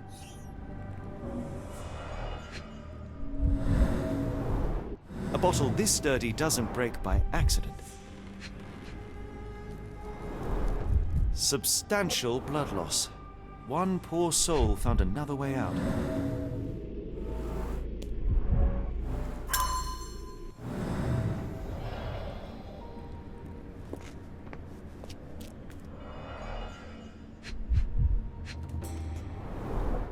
kidnappers even provided airflow. How generous.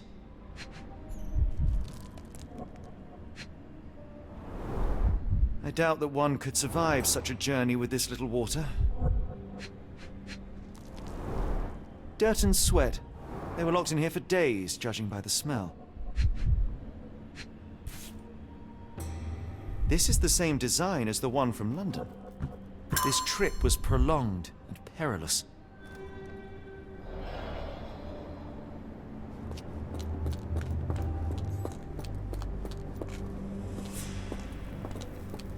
The doors can be opened for deliveries.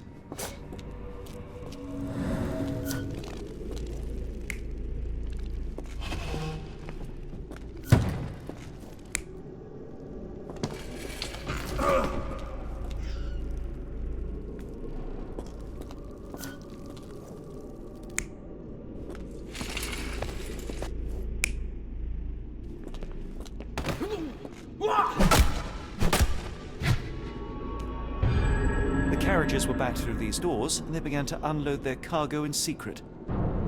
Next, the crates were opened, freeing their passengers. Not everyone survived the journey.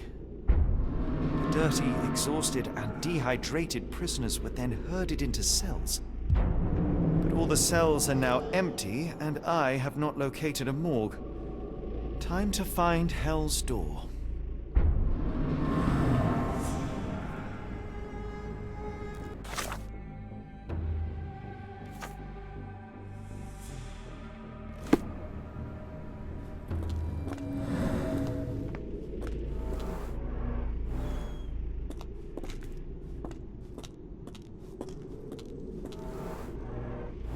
Scratches. Something has been moved through here. This seems to be a locking mechanism. The whole thing must be a door.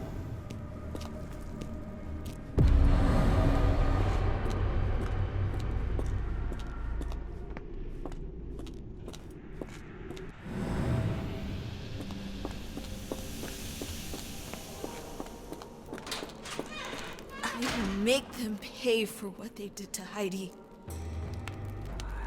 I found Hell's Door, the one that made the foreigners silent, remember? How do I open it? Gerda, please, I cannot get inside. You have to tell me how to open it. How can you speak to me like nothing's wrong?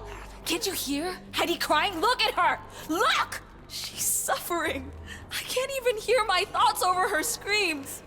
Poor Heidi. We will fix you. I promise. We will fix you. Leave it with me, Gerda.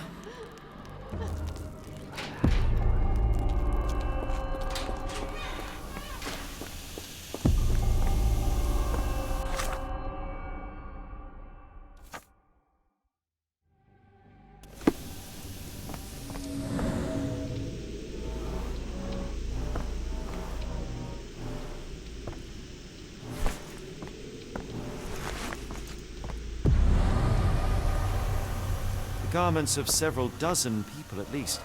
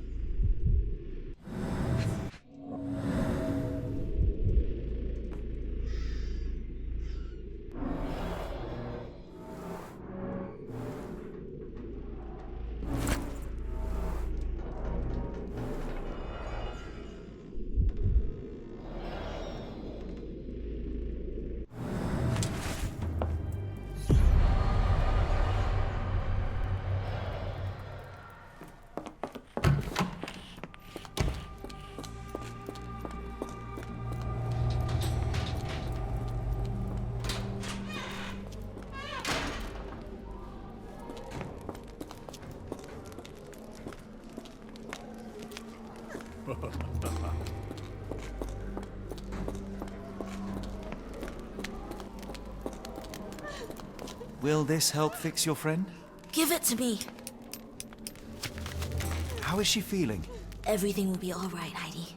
Everything. Gerda, I have a couple of questions. Yes, Dirty little mouth, Gerda. You've said enough already. She won't speak no more. Now it's only Heidi. You helped me, and I didn't cut out your eyes. So we're even. Now go! Heidi, there are things I need some clarity on. Ask if you dare, but if I get bored, there will be consequences. I found Hell's Door, but it's locked. Is there a way to get in? Hell's Door? Never heard of it.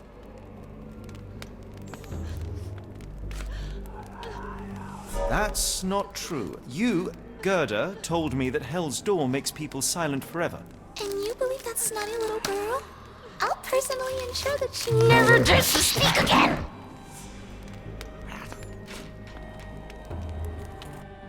Professor Gygax hurt you repeatedly, scarred your body and mind. You are not protecting Hell's Door. You are simply afraid of the consequences were I to enter. I could tap your teeth out with a hammer until you choked on the blood and bits. You could. But then you would live the rest of your life in fear of Professor Gygax. I can make that feeling go away. How? I can stop her. But the key, Heidi, the key to Hell's Door is critical to stopping Professor Gygax. And I think you know where it is. Tell him! But you said... And now I say tell him! The professor. She has a special key. Keeps it close and only brings it down when you people go through. Behind those closed doors, those people start to sing. Oh, they sing in so much pain. Gygax. Of course. Thank you, Gerda. Heidi. I must leave. Leave? You joke. Nobody leaves the Edelweiss. Now you will be with us forever!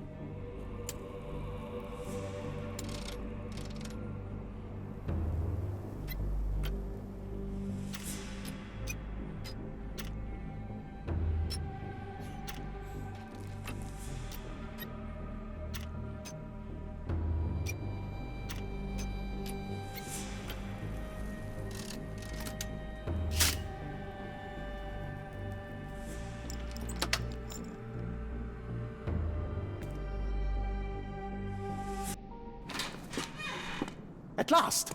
You came to your senses. My humble apologies, Emperor. Spare me your groveling, Englishman. Of course. You are right as ever, for you see, time is of the essence. The Royalists have risen again, and your darling Josephine needs you. Paris needs you. Mon amour. But the guards upstairs in reception stand in your way. Ha! They will pose no problem for the likes of me. Merci, Englishman. When I return to Les Tuileries, I shall make you a general. Oh, you are too kind, Emperor. Now go. Your freedom awaits. I am coming, Josephine. Catch him!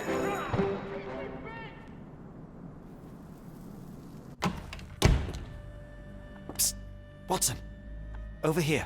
Holmes? What are you doing here, and where did you get that outfit? It is unimportant. I require your assistance. What is happening, Holmes? I need an explanation. It's quite simple. I created a distraction so that I could tell you something important, and in turn, I need you to acquire something important for me. How can you call any of this charade simple? Watson, we can discuss this later. Time is of the utmost importance. The kidnapped people may still be here. This is what I know so far. What? You really found all this on your own? Focus, Watson. I need you to find a key. It will be most unique. All the details are in my notes. Logic dictates that Gygax will keep it near her. Once acquired, you must get it to me. Perhaps the kitchen dumbwaiter could be of use. Holmes, I can't do this. I'm no spy. Yes, you can, Watson. You are unfailingly dependable.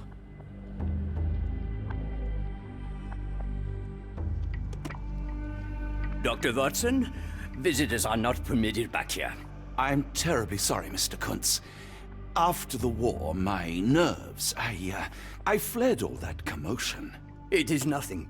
A patient attempted to escape. He will not get far. Now, if you would like to follow me.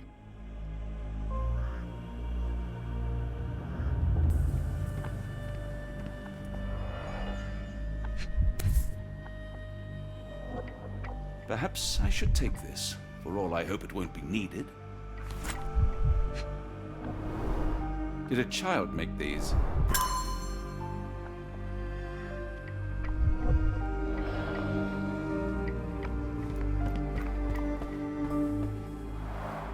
Blood in the water. Someone must have washed their hands here recently.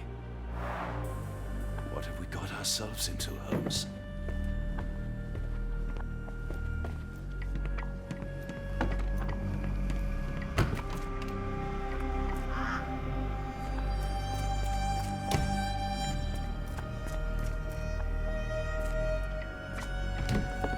Ah, Dr. Watson. Just the man I wanted to see. Professor, I'm surprised you're not trying to catch that escapee. Please, my time is far too valuable. I hope Nurse Kuntz has been taking good care of you. He has certainly kept me out of trouble.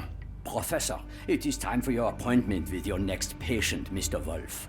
Herr Wolf can wait until tomorrow. I wish to speak with Dr. Watson. As you wish. You still see patients yourself, even as the director of this entire facility? Only the important ones. And yet I rarely get to pick the brain of a man like yourself. I think it is time we got to know each other, no? I'm afraid there's not much to know. I'm just an average chap living a rather prosaic life these days. Dr. Watson, those of us who pursue knowledge are anything but average. Now, who are you?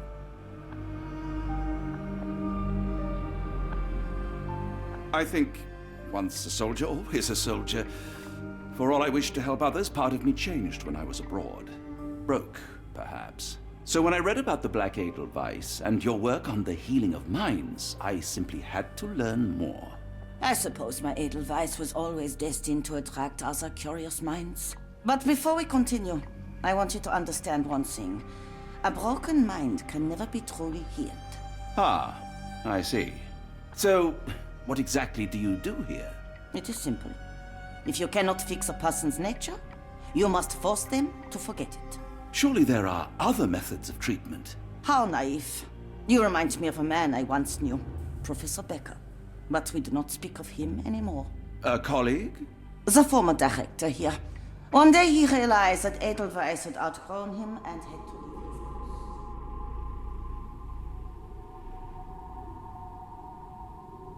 Do you grow weary of me already, Doctor?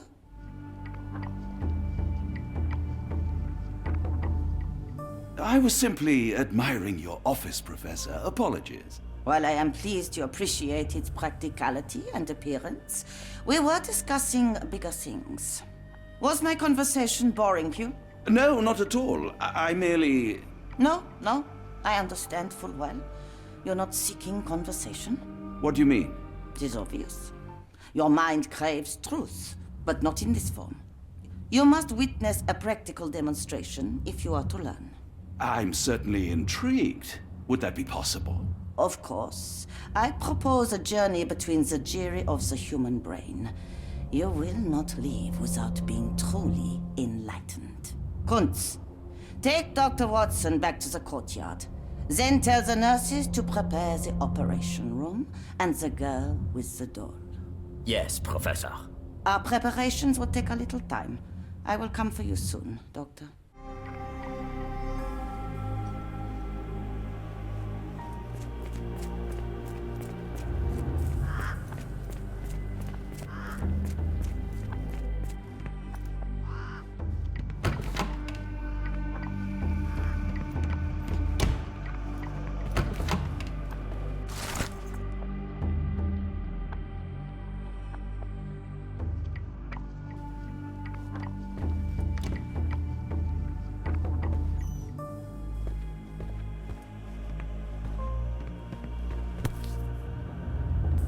Photograph seems recent.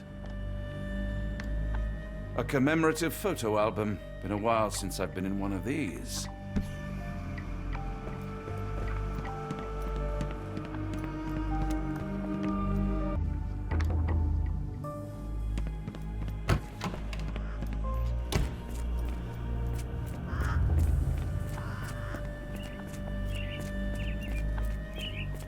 Give it to me. No, I don't want to. Why not?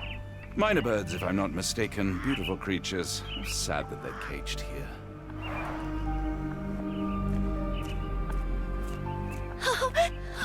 I want them to fly!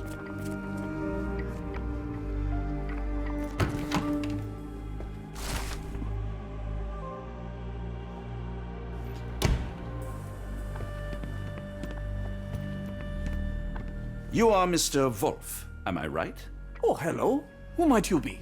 My name is Dr. John Watson. I wanted to talk with you, if you didn't mind. Ah, Doctor. I don't suppose you could help. I seem to have forgotten where I am.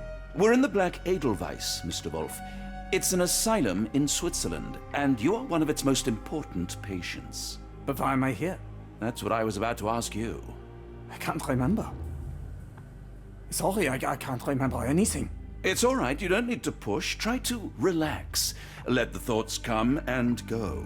Now, what comes to mind? Mr. Wolf? Oh, hello. Who might you be? We just went over this. I'm sorry, but I don't think we've met. We were just discussing this facility, the Black Edelweiss Asylum, and why you are here. That name does sound familiar. Holmes, the things I do for you. Excuse me, who are you? And who's this Holmes fellow? I am Dr. Watson, and Holmes is, well, you could call him my imaginary friend. That's just a little joke, don't mind me. But why am I here, Doctor? Am I sick? I'm sure I can take a look.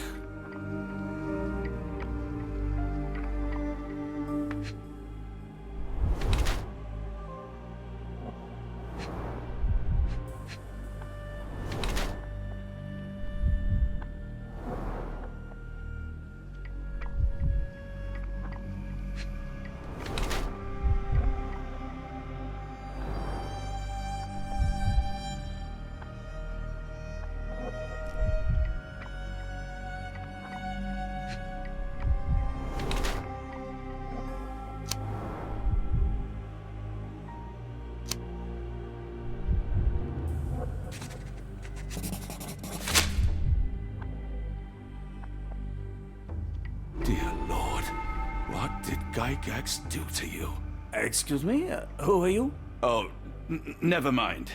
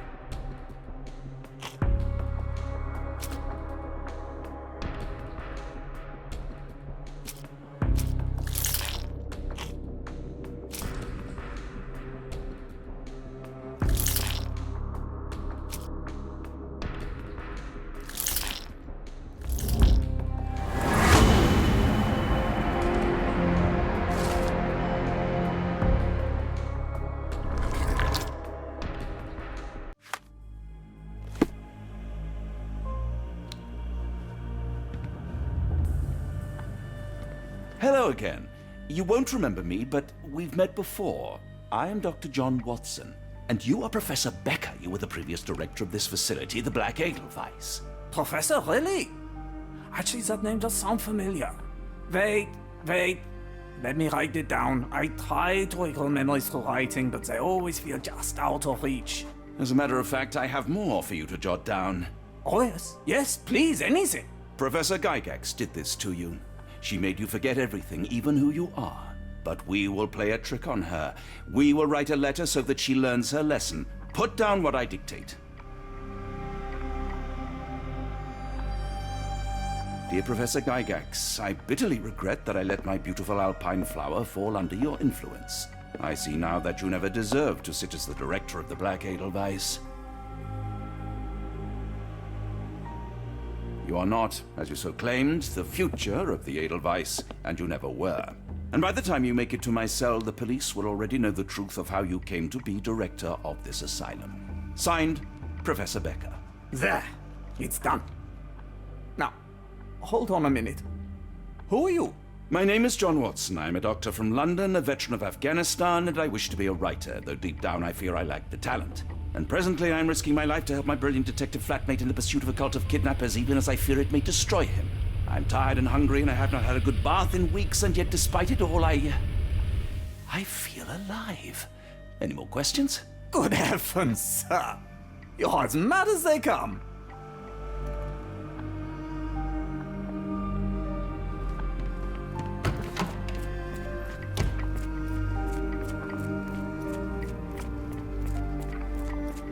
One of the patients asked me to deliver this note. It's for Professor Gygax. Thank you, Doctor. Leave it with me.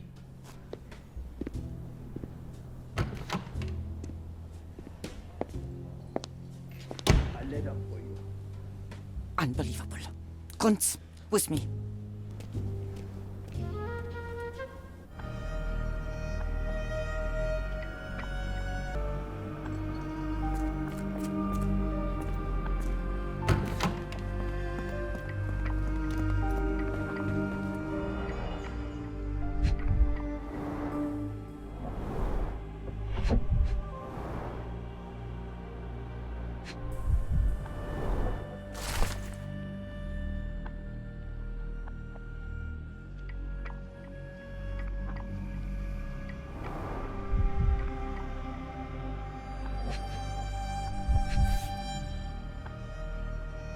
Close, but I don't think this is the key. This is too small to be what Holmes asked for.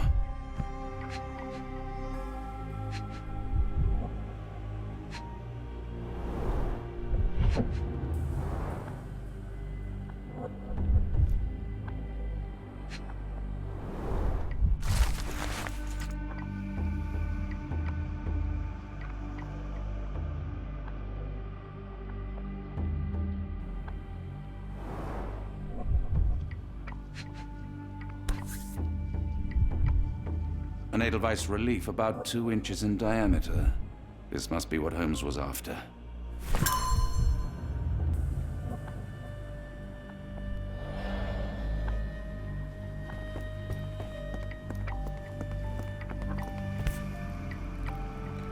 Nothing special about this.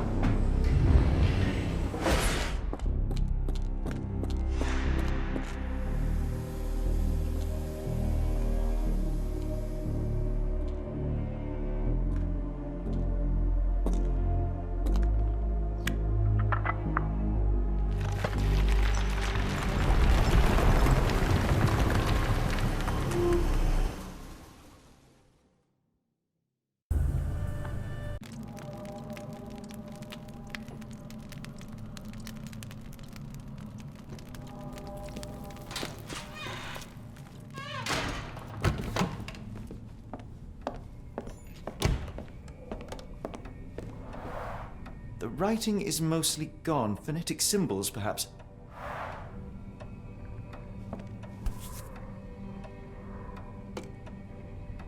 A wax cylinder. There is something recorded on it.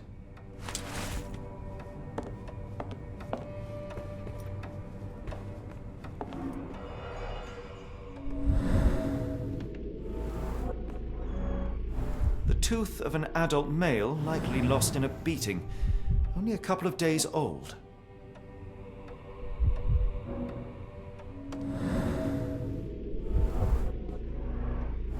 The inside of the cuff is worn.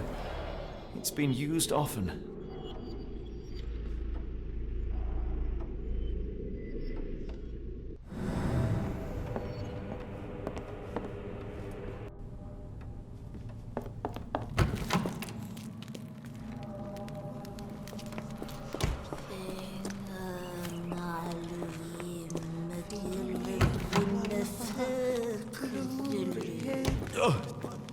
Oh, the spell.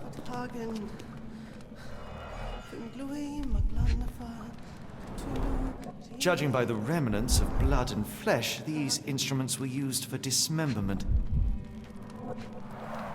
Dear God, is that body parts? Utterly inhuman.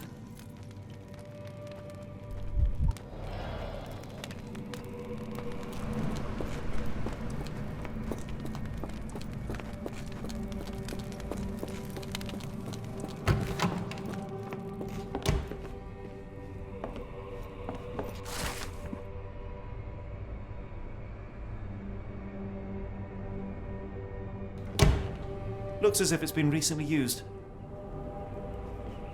Ringlui Maglana Parkatulu, Rilye Wagnana Galpatagan. Ringlui Maglana Parkatulu, Rilye.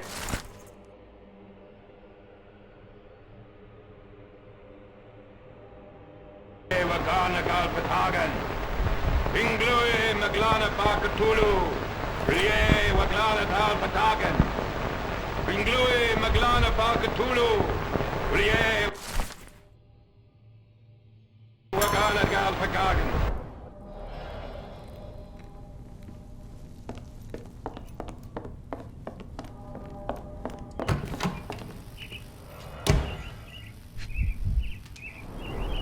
Dynamo machine.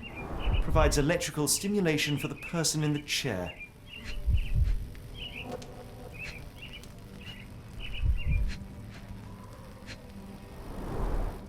Full-grain leather straps, impossible to escape.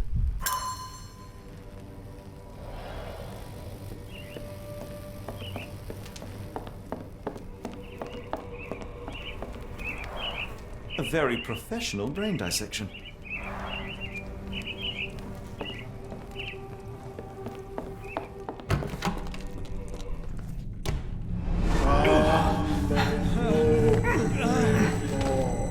Get out of my head! Your iron-fisted, devoid of soul. Find reverence for the one and tremble. Great Lord! Lift your surrender your soul and become a servant of madness. Please! No more! Stop it! Watson! John! Somebody! Wretched mortal, do not fear what is to come. Let him rupture our world anew. Awaken, and let the world behold!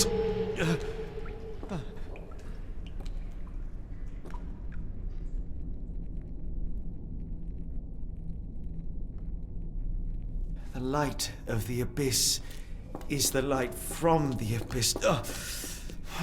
Get out of my head.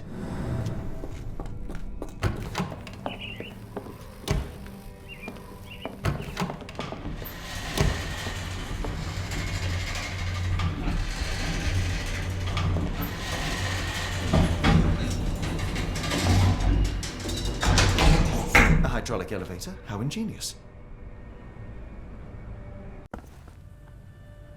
Watson? Holmes? What are you still doing here? Still? I was trying to find more information. Did you think I was just going to sit in my room twiddling my thumbs? I only asked you to find the key. I had everything else under control. Says the man who looks like he saw a ghost. I'm fine, Watson. You're hardly fine. You reek of congealed blood and chemicals. What did you see down there? Never mind me. Where's Gygax? I'm afraid she's over there. I found her like that when I entered, on my word. What? She was our biggest lead. Yet another wrinkle in our investigation. What do we do now, Holmes? Hush. Let me think.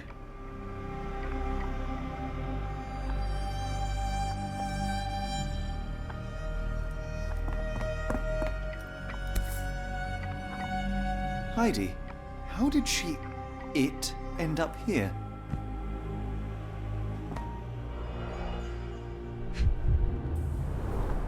The pencil is buried deep all the way to the brain. Instant death.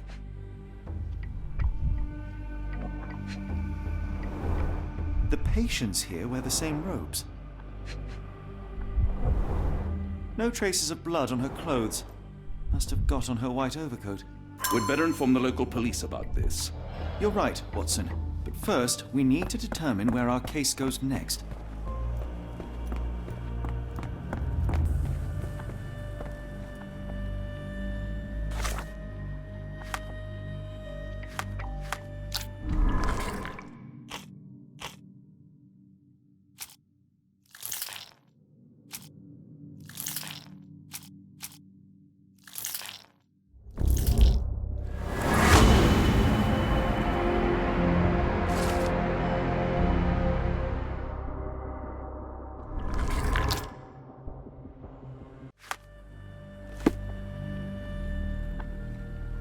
We've got what we needed, Watson. This conspiracy reaches further than we thought. I don't suppose you've ever been to New Orleans? You are joking. I seldom do. Let's go. There's no time to waste.